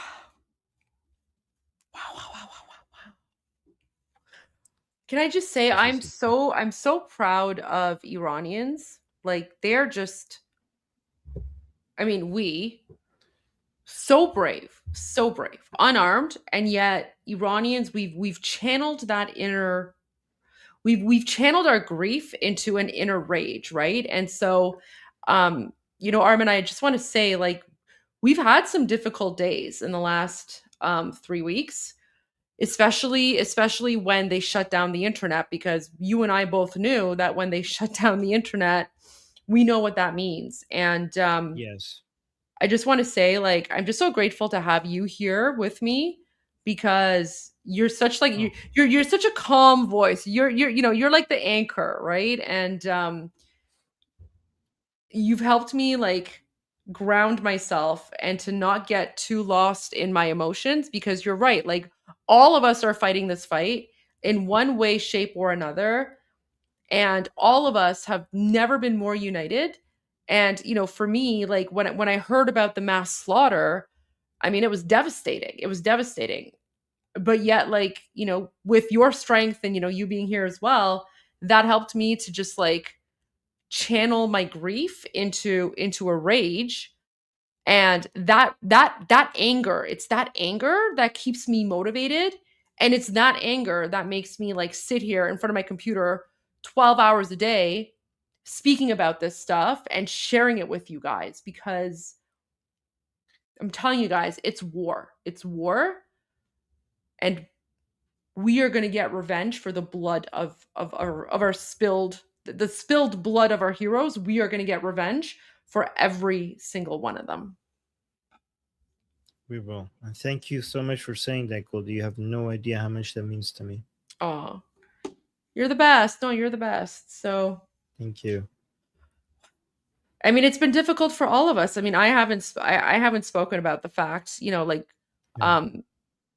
because, I don't want to talk about it, but, like when we say that, like, so for our viewers, when we say that, every Iranian has lost a loved one or lost someone they've known, that's true. Every Iranian. And just because we're not speaking about it doesn't mean it hasn't happened to us.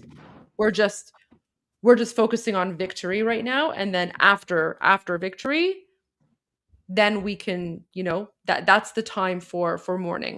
That's the time for grief. But right now we're in a war, and the best way that we can honor our heroes is by making sure that their blood wasn't spilled in vain, because that's what they would want from us. Yeah. Yeah. I have another video for you from Manuto. Okay. All right. Let's do that.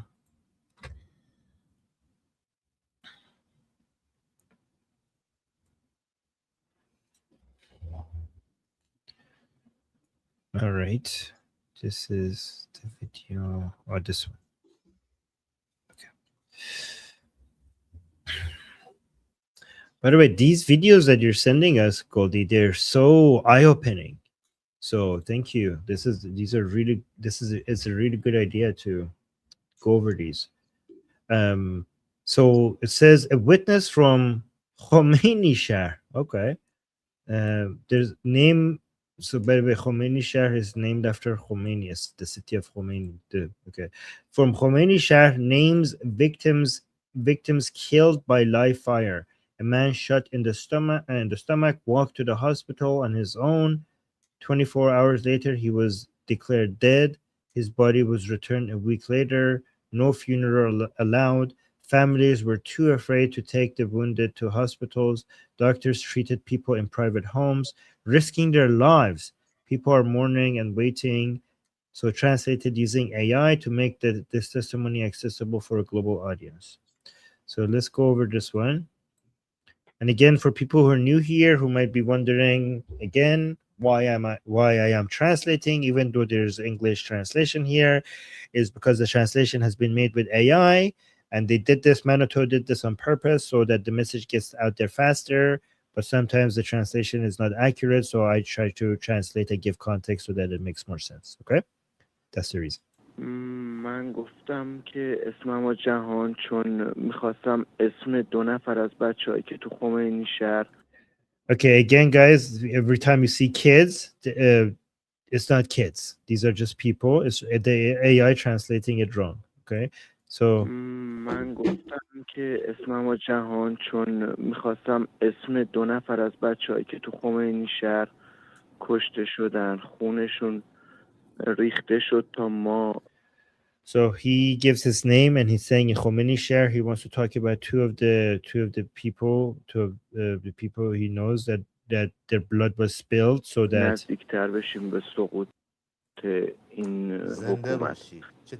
So he wants to talk about two of the people he knows whose blood were spilled, who died, so that we could get closer, for the sake of getting closer to the toppling of the regime. So he's saying he's admiring him, and he's admiring his analogy.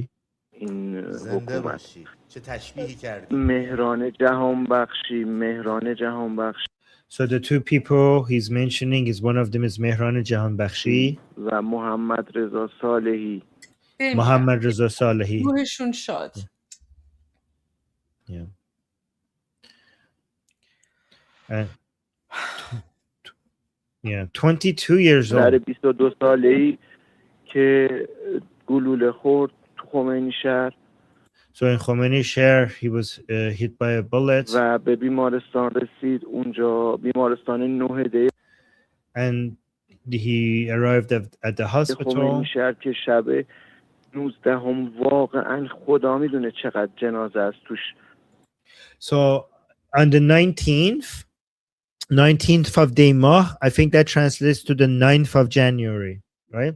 So it says in the hospital that night, at the 9th of January, only God knows how many corpses, how many bodies, dead bodies were there. بیرون رفت. 1 هفته طول کشید تا جنازه ها رو بدن. So it took a week for them to give their bodies, to give up their bodies, to hand over the bodies. تا جنازه ها رو بدن. و محمد رضا صالحی گلوله میخوره تو شکمش.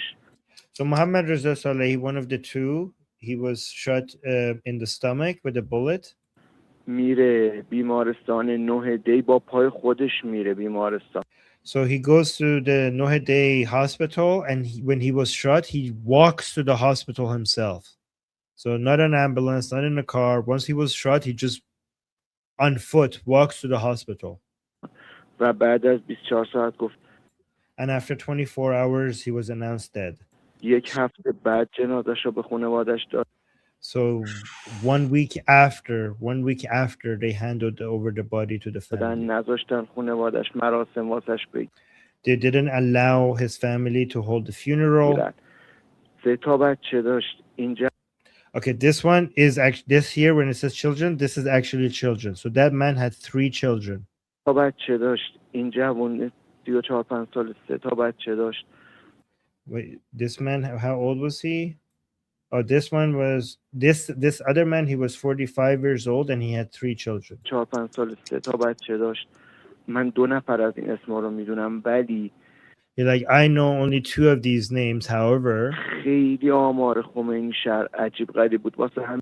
But the statistics of the number of people killed in Khomeini Shahr was so strange, meaning it was astronomical. It was so big. من اعتقادم بر اینه که آمار از 20,000 30,000 نفر تو کل کشور بیشتره. So basically he's saying he believes that the number is way above the 20,000, 30,000. The number of people killed is way above these numbers. So he's also basically saying he thinks the 20,000, 30,000 number is a joke. یعنی چیزی که ما شنیدیم تو هر محله 4 نفر 5 نفر خمینی شهر یه شهر کوچیکه با 200. So he's like, you have to understand, he's saying Khomeini Shahr is a small city, and in every neighborhood we know 4 or 5 people died from every neighborhood. 100,000 نفر جمعیت. And the population of the whole city is like only 200,000. 200,000 نفر جمعیت. Or 200 or 30.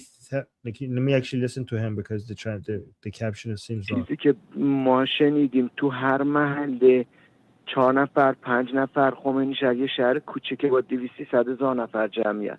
200,000 نفر. So something between 200,000 or 300 to 300,000. That's a small city.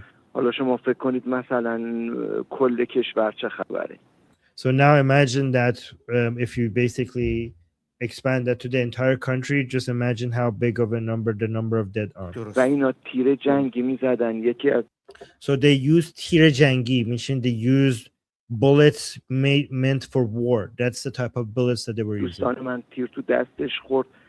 تیر جنگی بود، از این ور خورده بود، از اون ور رفته بود بیرون، به قدری خون ریزی. So he says one of my friends was shot in the hand. The bullet went through his hand, came out the other side, and he had so much bleeding that. شدید بود ولی خب خانواده‌اش جرئت نکردن اینو برن بیمارستان. So he had so much bleeding from his hand being shot, but his family did not dare take him to the hospital. So many people, by the way, guys, don't dare take their wounded to the hospital because they know that the regime is waiting for them in the hospital. خیلی از کسایی که تیر تو دستشون خورده بود، تو پاشون خورده بود، نمیدونیم تو بیمارستان چه اتفاقی افتاده بود که میگفتن بر اثر خونریزی مرده. تیری که مثلا میشد جلو خونریزی‌ها گرفت. So many of the people who were shot in the hands of legs, when they went to the hospital, they told us that they died from bleeding, but they were types of wounds that could have been stopped. So a lot of people don't believe that. So he's saying that we don't believe. He's basically meaning that he doesn't believe that they died from bleeding. They think when they go to the hospital, the regime comes and kills them. بالاخره میتونستن نجات. So like they could have been saved. بدن. ولی حالا یا آمار کسایی که رفته بودن بیمارستان خیلی زیاد بوده و یا So it's either the statistics of the people who went to the hospital was very high, or که نخواستن کاری کنن. نمیدونم، من البته or maybe they just didn't want to help them. So yeah. احترام میذارم به تمام کادر درمان. So it's like I want to respect the medical staff in the hospital. همین دوستی که من میگم رفت توی.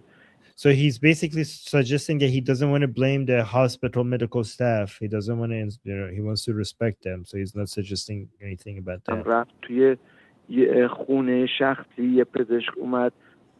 So he's saying that one of his friends went to a private house, and the doctor came there instead. تمام کادر درمان. همین دوستی که من میگم رفت توی یه خونه شخصی، یه پزشک اومد معالجش کرد. So this is what's happening, guys. Because so many Iranians are afraid now to go to the hospital because the regime is waiting for them there.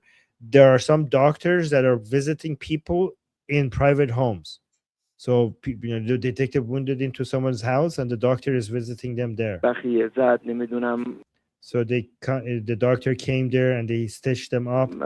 حتی من میدونم که عمل جراحی هم واسه خیلی انجام دادن توی So he's saying he even knows that they conducted surgery on people in people's homes. خونه پزشکایی بودن که از جونشون گذشتن. So there were doctors that were risking their lives to go into people's homes and to do surgery on people in their homes, and they were risking their lives doing that. واقعا خطر کردن. Yeah, what? که از جونشون گذشتن. واقعا خطر کردن. Like they really what they did, the doctors did was really dangerous. بله بله واقعا ولی So the hosts are congratulating the doctors who were risking their lives for this. من این چند روز با هر کس صحبت میکنم حالش بده همه عزا دارن همه So everyone is mourning, everybody's منتظرن everybody's waiting for something to happen. اتفاقی بیفته. Yeah, everyone is mourning, everybody is devastated, and everybody is waiting for something to happen. Guys, it's hell on earth. It's hellish conditions. Guys, by the way, guys, I lived 20 years of my life in Iran. I want you to guys understand that Iranian, like a lot of you don't understand that Iran is not Afghanistan. Okay, this is like when we lived in Iran, we lived normal lives. You understand? Like this is happening to people that like, because a lot of you think like, oh, it's the Middle East, like so like it's war in the Middle East. I cannot still comprehend what I'm hearing happening in Iran. This is not normal for Iran. This is not normal. This is hell on earth. This is not like Somalia and Afghanistan that people have already been living in war and all of a sudden this is happening. This is people waking up one day and everything has changed in a way that is unimaginable. Like it's night and day. Like the hell that Iranians are experiencing is not something that was like, oh, just yeah, this is something that happens in Iran. This does not happen in Iran. This is not normal. People were living normal. Well, not normal. I mean, because they had the Islamic Republic ruling over them. But it wasn't this. It wasn't a war zone. But now everywhere is a war zone.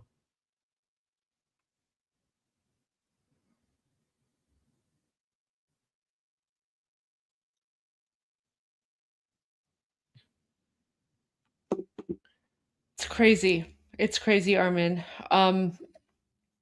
You know what? This kind of reminds me of, you know, the video that we saw yesterday with the Garda Javidan, and he was like and he was giving a warning, and he was like, you're gonna see some videos coming out that you won't even believe. You won't even believe, right? Let me send it to you. Maybe you can reshare that one, because like that this is so critical. And actually a lot of people were asking me to retranslate this while Potipto was here. I did, and it was interesting because I shared the video and I translated it, and then Potipto was saying that you know, obviously he doesn't know the person who made the video, but his response to the video was he finds it very interesting how no matter where Iranians are around the country, even though they're not in direct contact with one another, everyone has the same thought and the same opinion. And he said to him, like, that's proof that this is an organic movement, and this is how all Iranians feel. But I have a feeling we're going to see a lot more videos coming out of Iranians, you know, self-defense. Right. This is self-defense against Nazis, basically. Yes, exactly. This is, I don't think anybody, if in occupied France, if somebody took out an SS soldier, I don't think anybody here would be saying like, oh no, this is like violence. What are you doing? Okay. Exactly. Exactly. Yeah. This is Iranians fighting back against Nazis. Yes, and also, guys, when you hear them threatening family members, this is just psychological warfare, okay? And it's what they have to do to just be able to put fear into the hearts and minds of the enemy, okay? So just please keep that in mind. And for legal reasons, I'm only translating what's happening here. We're not condoning violence. Goldie and I do not condone violence.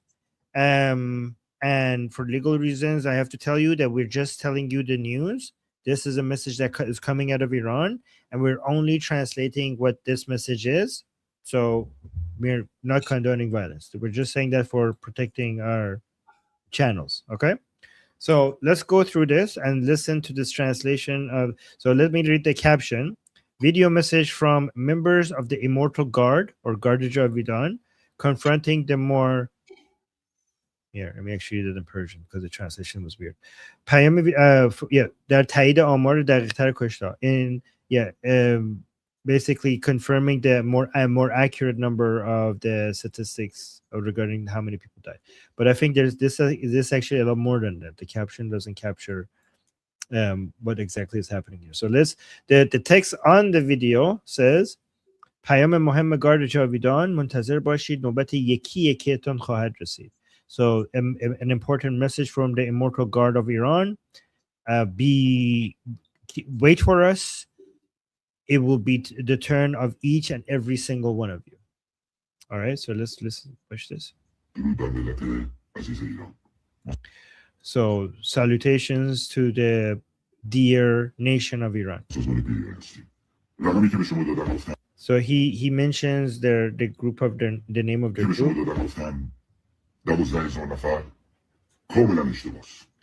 So he's saying the number that they have given you, the 12,000 people the 12,000 people murdered, he's saying that number is completely wrong. He's saying these people, meaning the regime, they have killed above 30,000 people.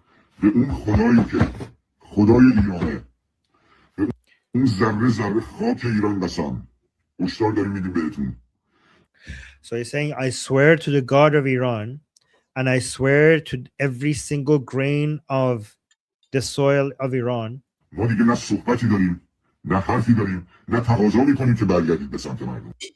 We have no more to say to you, and we are not going to be requesting you anymore to join the people.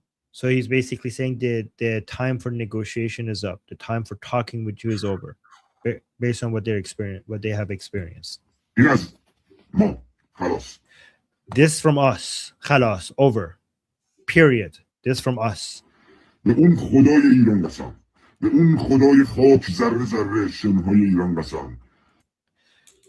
Again, I swear on the God of Iran. I swear on every single grain of the sand in Iran.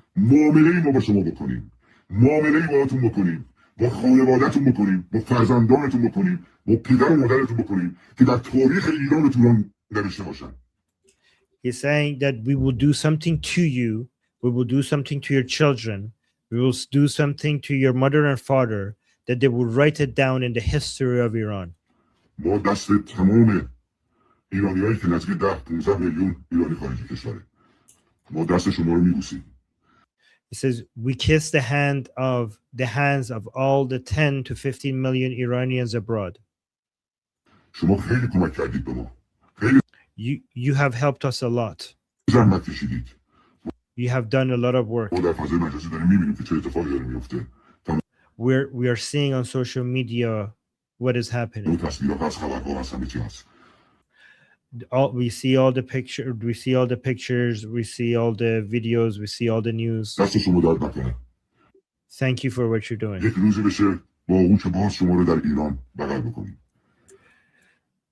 There will come a day that we will welcome you back into Iran with open arms. However, mercy, no mercy. We have started from today, and very soon we will release the videos. We will show you what we have done. We will put all the videos out there. We will skin you alive. که در زندگیتون یه همچین مرگ تلخی رو تجربه نکرده باشید. We will skin you alive so that you experience a type of death that you never imagined you would experience. Again, guys, we don't condone violence. This is all metaphorical, I'm sure. پاینده ایران و مردم شریف ایران. Long live Iran and long live the honorable people of Iran. جاوید شاه. Long live the king. Long live the king. Javid Shah. So there we go. This is by the way, I genuinely think that this state of mind right now captures a huge portion of Iranians today. A huge portion of Iranians today. The majority, like everyone. Because what Potipto was saying today is that every single person has experienced loss. Every single person. Yep. Like there's not one single Iranian who has not experienced some form of loss right now. And Armin, look at this. Look at this. I just saw this post from someone in occupied Iran. He finally had access to internet. So this is what he wrote. 12,000 کشته فقط برای تهران است. 12,000 people murdered is only for Tehran. Only Tehran. The initial 12,000 number, that was only for the capital city of Tehran. There were 120, at least 120 cities, towns, and villages that were rising up. We already know the number is over 30,000. We already know that.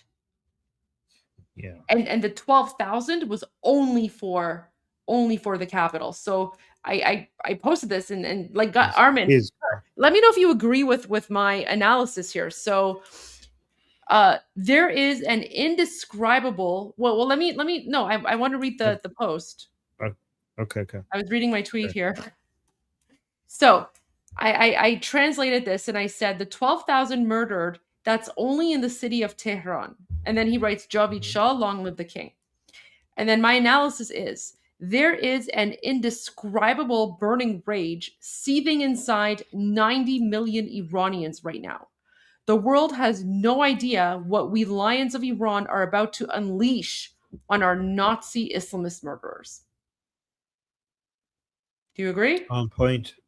100%. 100%.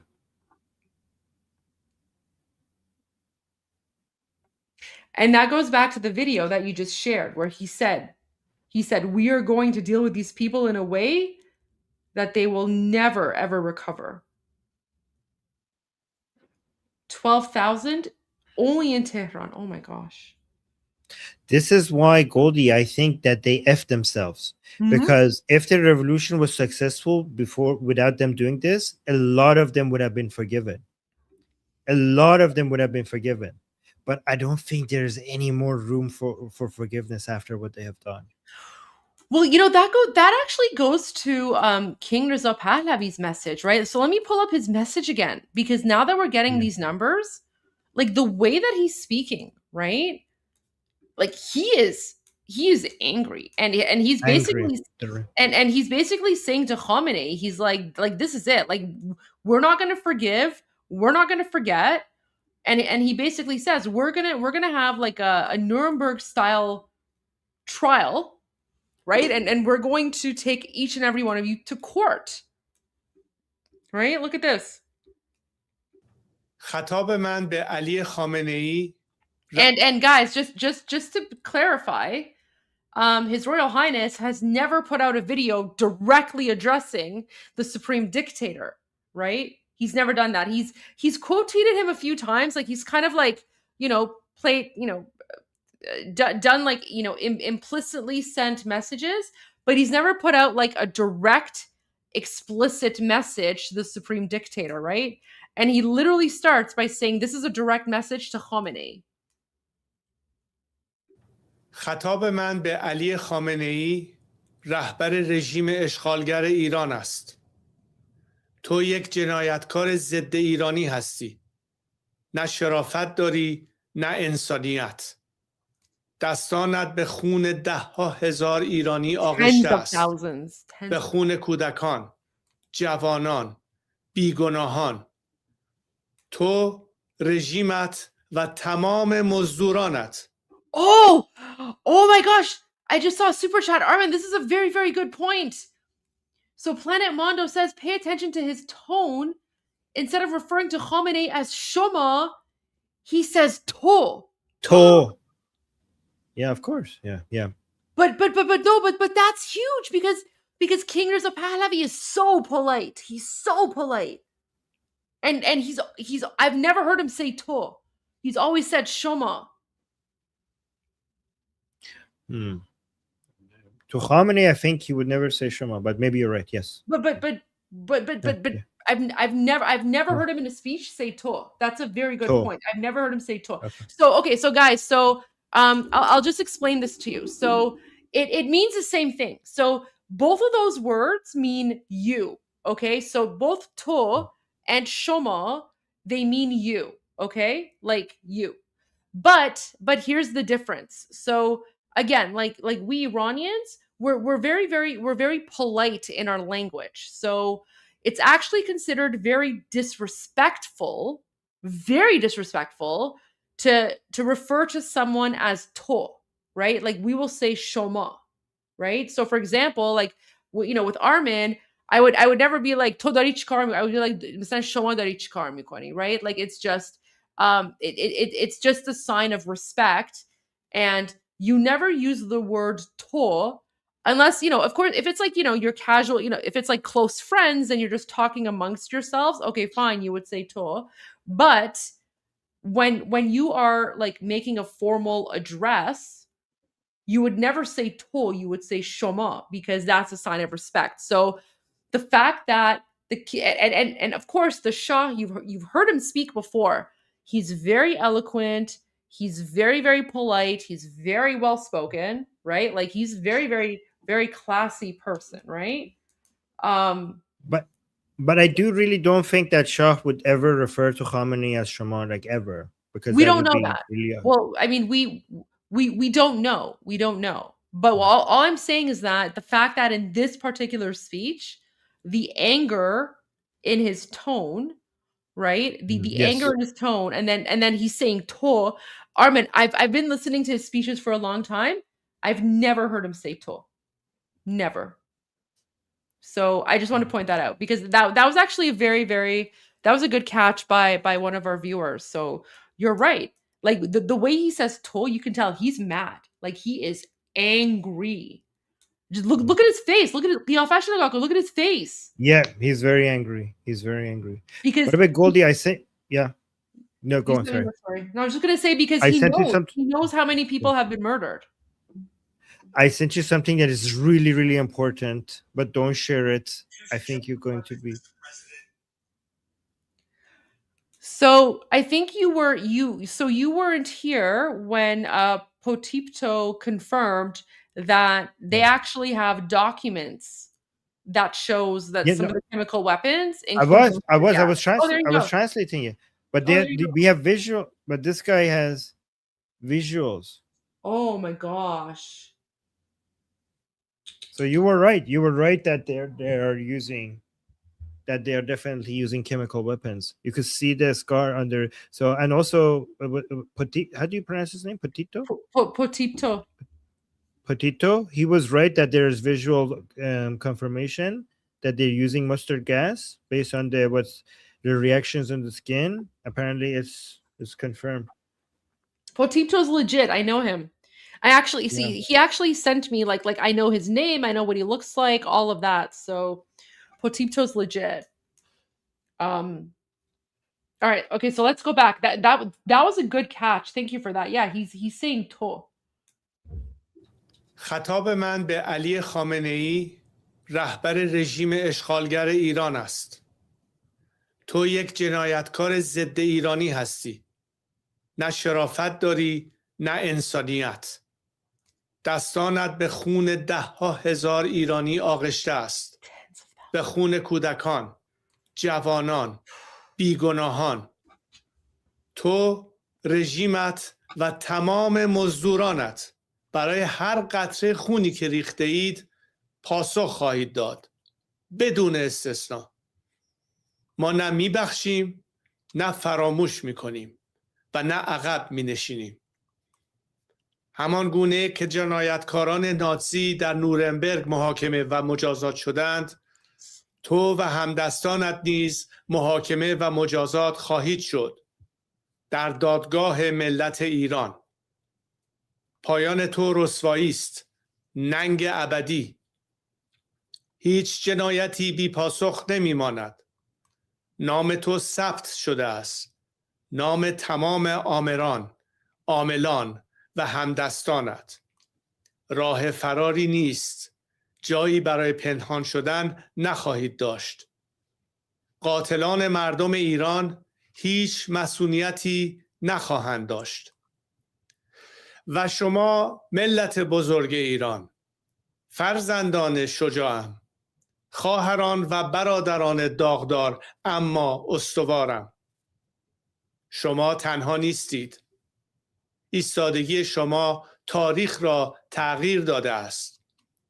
شما در خط مقدم آزادی ایستاده اید و ما از همیشه به پایان این رژیم نزدیکتریم. این رژیم ترک برداشته است. قدرتش فرسوده شده.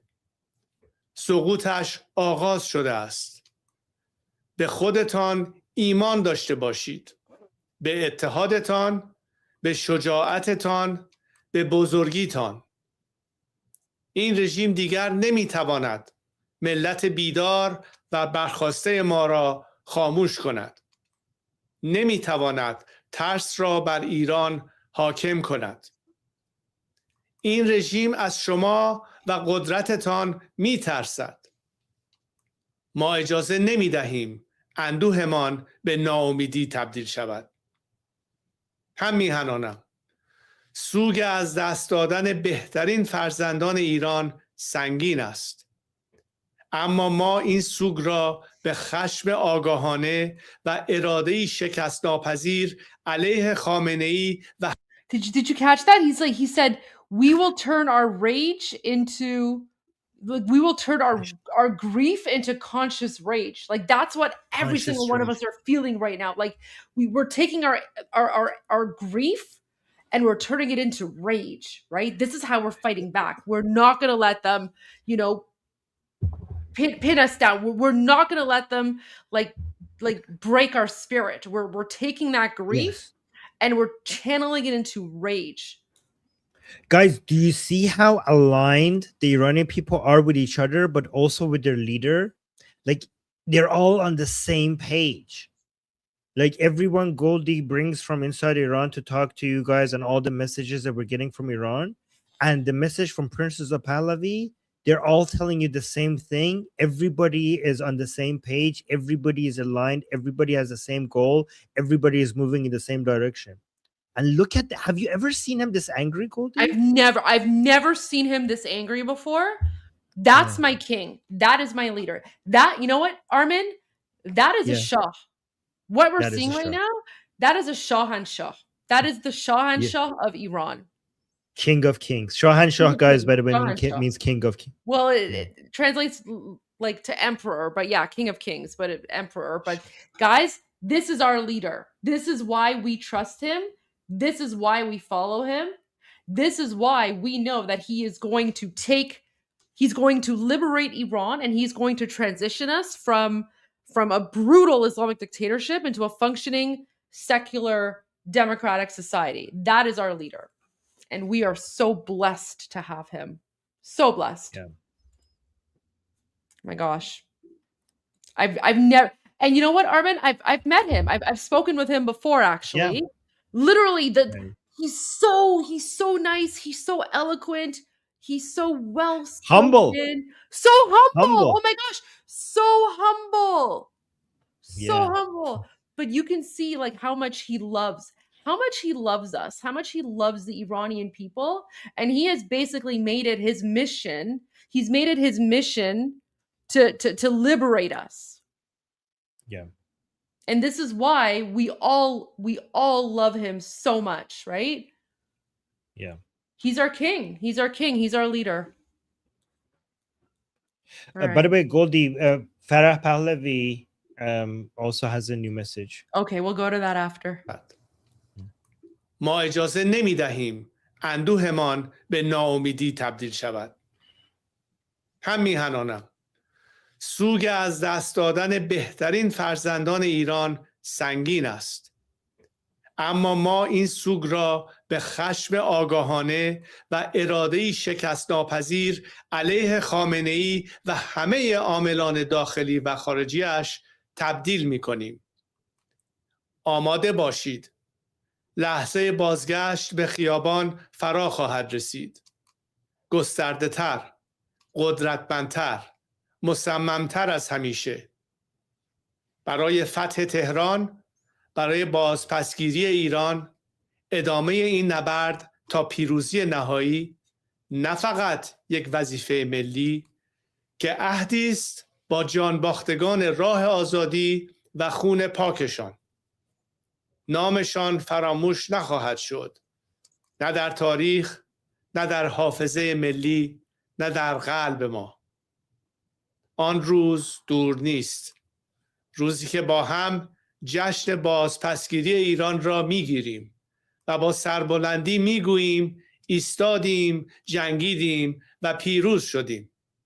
پاینده ایران.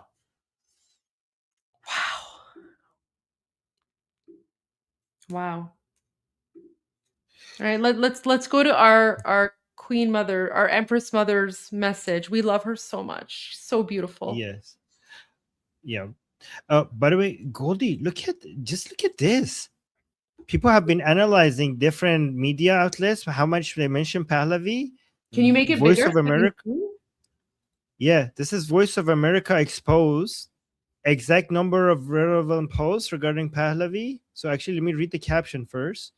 So here's the data we collected of the level of deliberate and total elimination of any reference to Prince Reza Pahlavi at Voice of America Persian. When we tell you that these are leftist organizations that are trying to eliminate. So guys, this is also why we trust Manoto. Look, Manoto, the highest number, and Voice of America, zero. To all the Americans here, by the way, Armin, you and I, we should probably speak about the situation happening with Voice of America at some point, maybe tomorrow morning. Yes. But guys, so Voice of America, that's funded by your taxpayer dollars, okay? And yet, Voice of America, like the Iranian version of it, is actually censoring the real voices of Iranians, and there's a whole campaign by Iranian Americans. So you guys need to know about that, because your taxpayer dollars are going are promoting communism and jihadi propaganda, right? So you guys need to know about VOA Farsi. Yeah, and but Ali it is. But as oh no, I know it's leftist, but as Americans, right? You guys also have a say in this, so you can also help put pressure. You guys can also help put pressure on this, because we've also heard reports that that VOA and like the top level people at VOA Farsi are actually preparing like intelligence briefings for the White House. I don't know if it's true or not, but apparently someone said that VOA Farsi is preparing intelligence briefings for the White House. That would be terrible. That would be terrible, because VOA Farsi is not on your side. They're promoting the communists and the jihadis. So, like, guys, your taxpayer dollars are literally funding communism right now. Yeah, and this guy is like this is Ali Javamadi, who works in Voice of America, the Persian section. This is a Kurdish separatist who's anti-Pahlavi, and your taxpayer money is paying this guy's salary, and this guy's main mission is to destroy Pahlavi, and your taxpayers are paying for it. Armin, I'm pretty sure I saw his name on the Mozduriya website too. Like, Iranians have already put him out there as one of the Okay, good. people that are affiliated with these. Let me see if I can find it. Like I thought I saw Javan Mardi there. Here, let me see if I can pull it up. Here, just give me a moment. Because like we Iranians, we already know this. But when like many Iranian Americans, they tried to like tell Carrie Lake about this, she just like ignored everyone and she was like, "Oh no, we're just going to remain neutral or something." So, oh no, Carrie Lake already knows, and she's actively participating in the censorship. She's actively participating in the censorship of sharing. Oh, Trita Parsi Umad, damishun garm. No, she's actively participating in the censorship. That's like the messed up part here. So like Shrita Parsi needs to be the logo of this website. Should be, but I'm pretty sure Javan Mardi is here.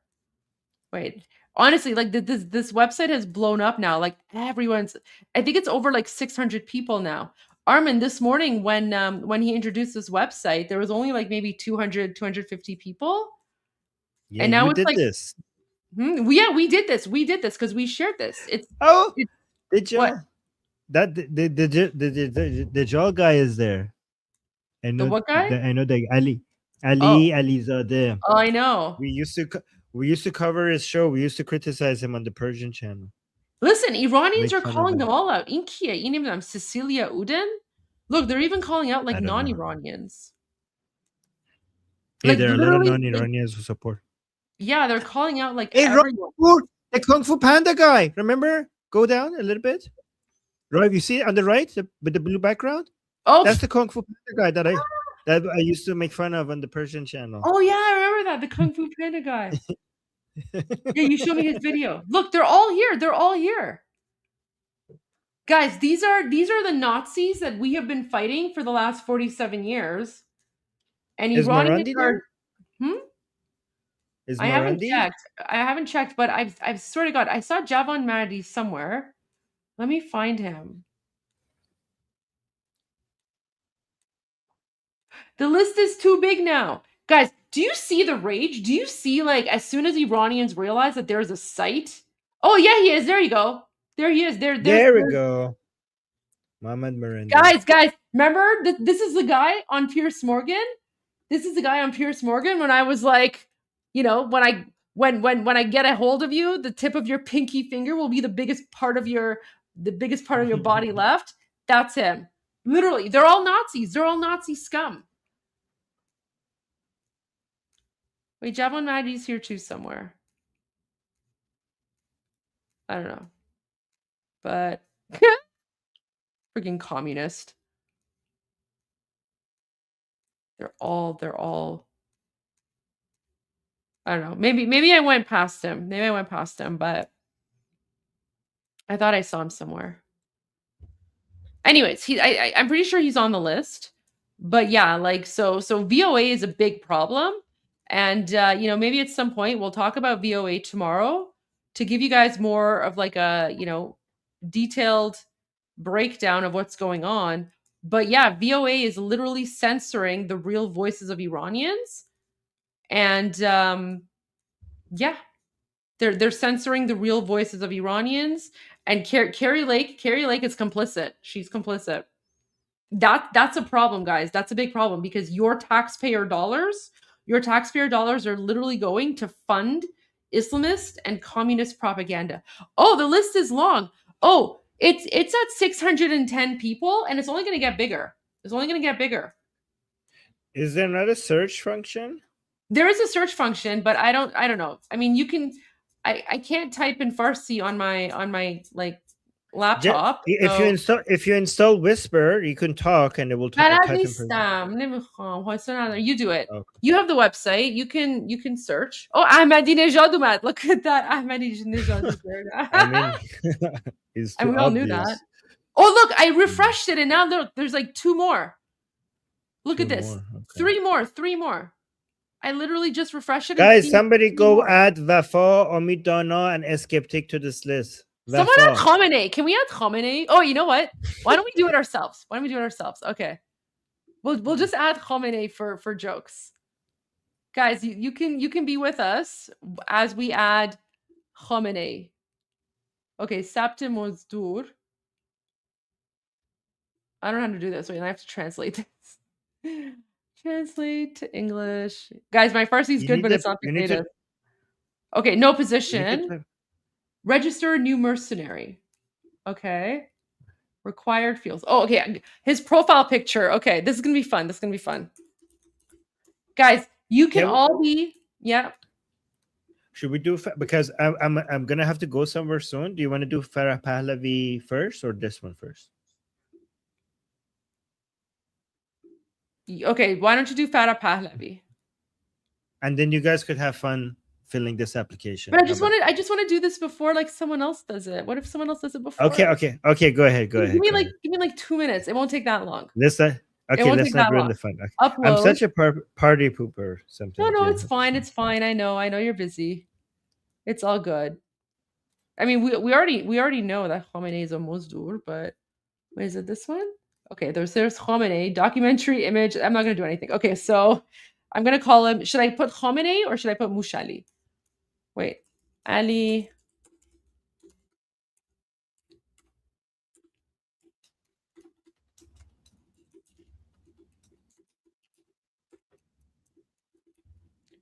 Mushali. Brief explanation. We don't need that. Job position.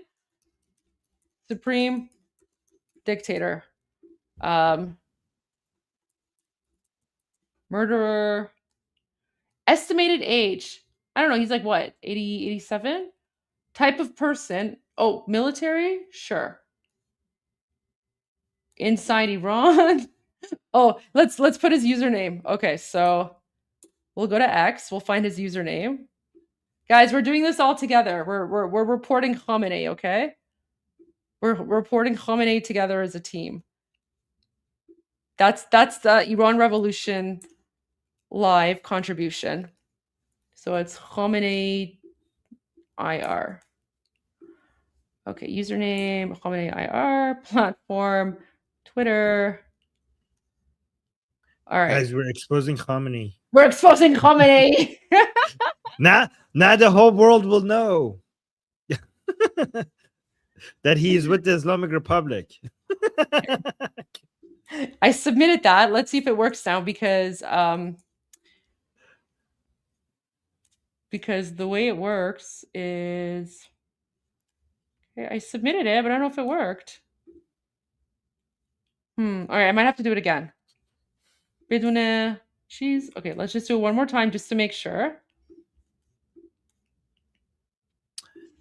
By the way, guys, there's more information that Khamenei has weird preferences. We know. Younger boys.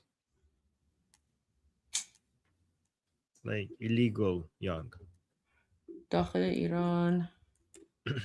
Khamenei IR. Twitter. I'm not joking, by the way. This is actually okay. Yeah. No. In far jadid ast.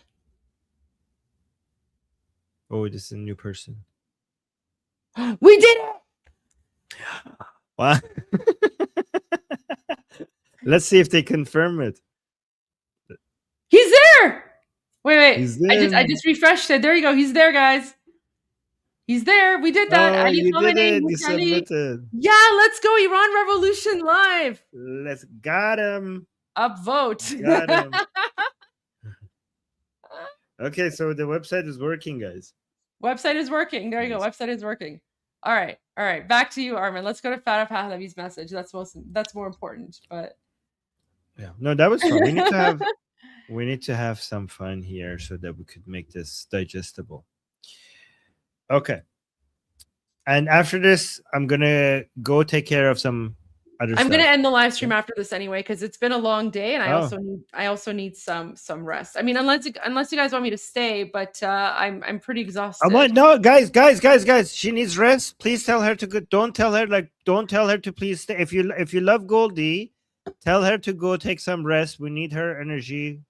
For you. Recommend that she goes and takes some rest. Okay, for her health.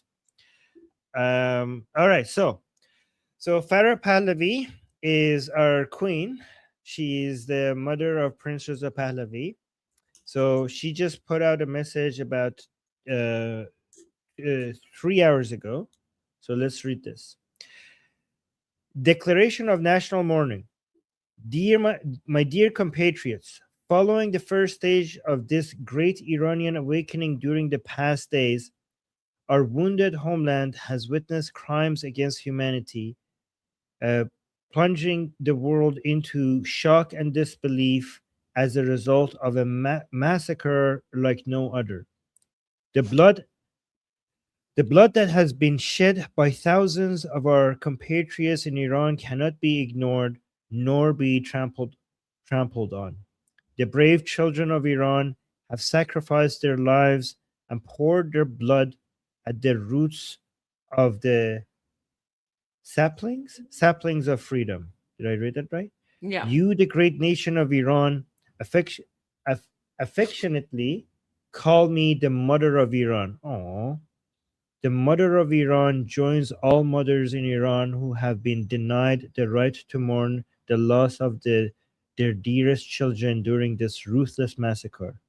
For this reason, I declare a national day of mourning on January 23rd, 2026 to be observed by all freedom-loving Iranians throughout the world and request that we all join in 1 minute of silence at 12 noon local time to honor our fallen children.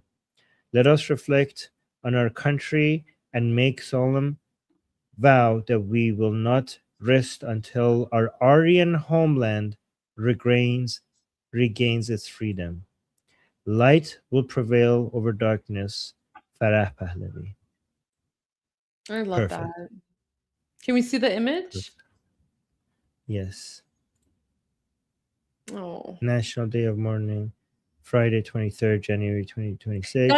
That's our queen mother, by the way, guys. That's our queen mother. So she's the wife of the late Shah of Iran, Mohammad Reza Pahlavi. You know the beautiful queen that you see in like the videos from like the 1960s and 1970s. That's her. Like she's so beautiful.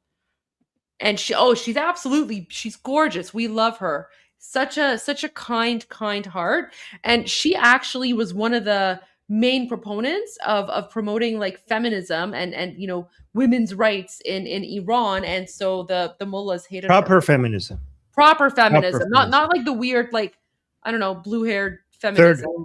Not third wave and fourth wave. Yeah. First and second wave. Exactly. So beautiful. By the way, something a lot of you must know is that her crown, like when she was crowned, she was crowned not by an imam or a religious figure. She was crowned by the king himself. So I think most of you have seen the image of, like, I don't know, yeah. So the king, I should find a better picture for this, but she was crowned by. Look at these pictures. So yeah, beautiful. you can see this here. Yeah, when she was crowned, the king Mohammad Reza Shah himself put the crown on her head. I should find the image. Wow. Okay. All right. Well, Armin, thank you so much. Guys, Yes. everyone, thank you so much for joining. This has been a very, very informative day. We had a lot of good news. Potipto was fantastic. You know what? Listening to Potipto earlier today, that gave me a lot of hope. It let me know that everything that we've been doing the last 3 weeks, we're on the right path. And when he said that people in Iran know about our efforts and they're very appreciative of our channel, that gave me the energy that I need to continue on. So guys, we're going to see more of Potipto, so don't worry. He'll come back whenever he can. He'll come back whenever he can to join us for an hour or so to give us updates. So don't worry. We're going to get more. There's somebody else from Iran might want to join. Is that okay? If yes. You already mentioned. You already mentioned he's coming tomorrow. Yes, okay. Of course. 100%. By the way, I have no idea what he's about to say. He's just a friend of mine, and he has some things that he wants to share. So I'm just basically letting him know. Absolutely. Well, that's the whole point of this channel, is to is to be a link between occupied Iran and the rest of the world, right? So we're here to give you the info, break the news, and show you what the real Iran is like. So okay. Oh, wait. Apparently I'm competition. Somebody has said, BT is saying, I told Chad about your curls, my curls. And they saw my old pictures and officially voted you best Iranian hair on YouTube. Oh, we call on you to bring back the curls. Too funny. Goldie. I actually also have naturally curly hair. I straighten my hair because my hair is also naturally curly. Yeah, okay. Guys, don't put me at war with the two great Iranians with the best hair. I will take third place. I will take third place. I'm more than happy with that. No, they're just trying to start war. I have no chance. I have no chance against the two greats. Too funny. All right, guys. Yes. All right. Love you guys. And I'm Israel Chai, Javid Shah. See you guys soon. tomorrow. غرق انقلاب است.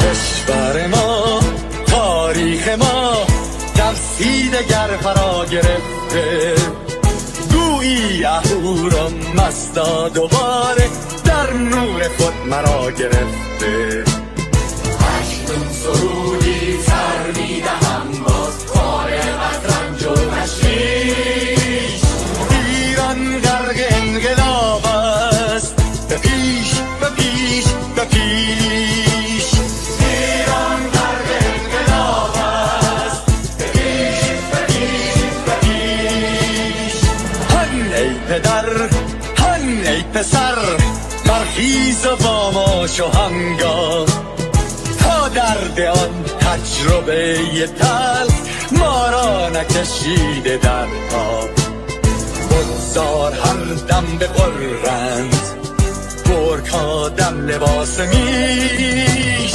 ایران غرق انقلاب است به پیش به پیش به پیش ایران غرق انقلاب است به پیش به پیش به پیش ای کارگر ای برزگر راحت قانون ادامه دارد در این زمان که پرتو یزدان از هر سو بر تو میبارد پس پیش به سوی آزادی از بحر خزر تا کیش ایران غرق انقلاب است به پیش به پیش به پیش ایران غرق انقلاب است به پیش به پیش به پیش خلق‌ها به پا بهر دفاع از استقلال و آزادی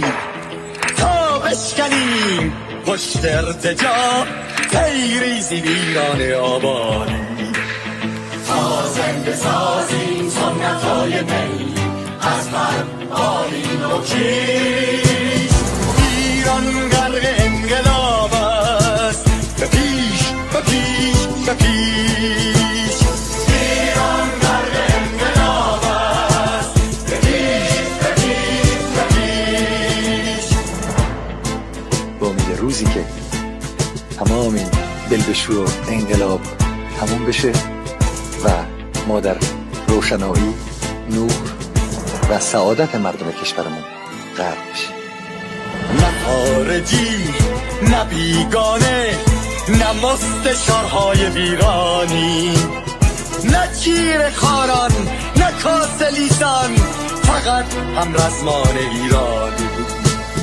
بابا شرافت می همی بسازی بهر فرزندان خویش ایران غرق انقلاب است به پیش به پیش به پیش ایران غرق انقلاب است به پیش به پیش به پیش مردم بیایی داخل صف ما اکنون که آغاز رویاست دشمنان بدانید ما زنده هستیم بعد از ما هم ایران پابرجاست آن روح شیطان ما را فریب داد با صد شعار مردمیش.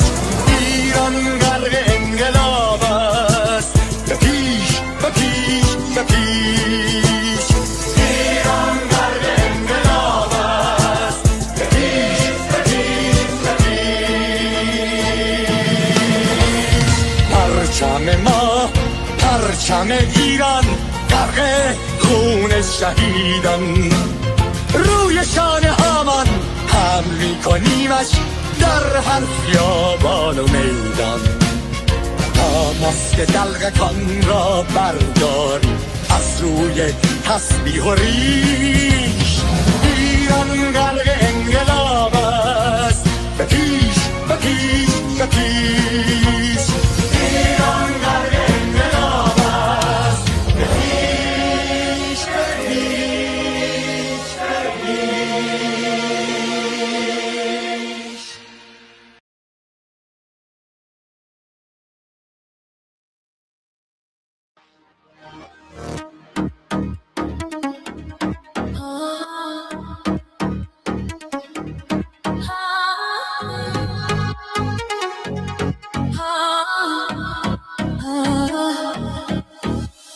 این آخرین نبرده، پهلوی برمیگرده، صدای ایران بلنده، حق به حق دار میخنده.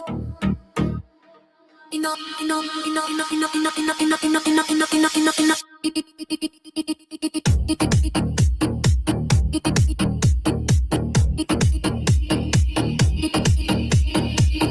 تو خیابون رکبار و شلیکه، آینده این جانی ها تاریکه. فقط برای حقمون خواستیم داد بزنیم، نمیذاریم این که شروع به فنا بدیم.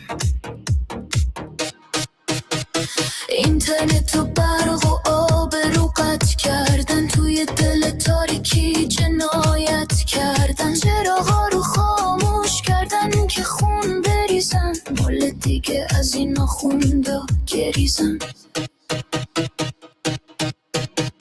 ایران بی پادشاه، بی قانونه، دنیای ما از این درد و غرق خونه. تا پادشاه برگرده این کشور بیماره، ایران بی پهلی همیشه گرفتاره. خامنه‌ای گم شو از این خاک ما، حکومت اسلامی برو از پاک ما. حکومتی که بیگانه و بدذاته، توی خاک ما نیست وقت مجازات. تا شاه پهلوی برگرده به ایران.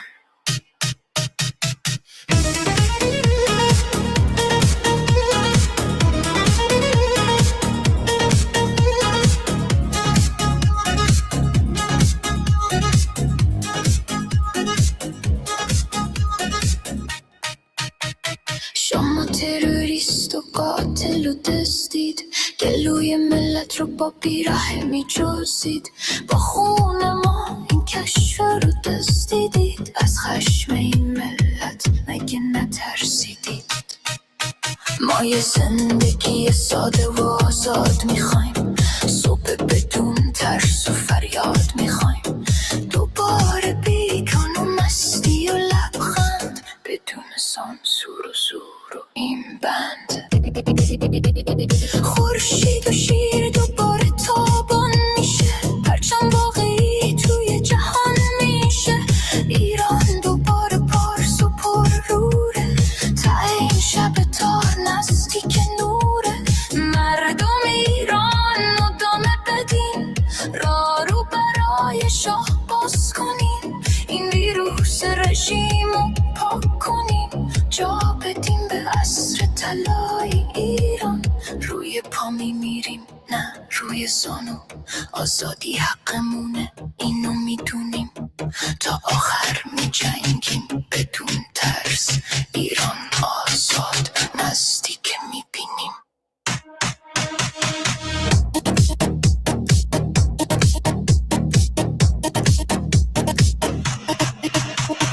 این آخرین نبرده، پهلوی برمیگرده، صدای ایران بلنده،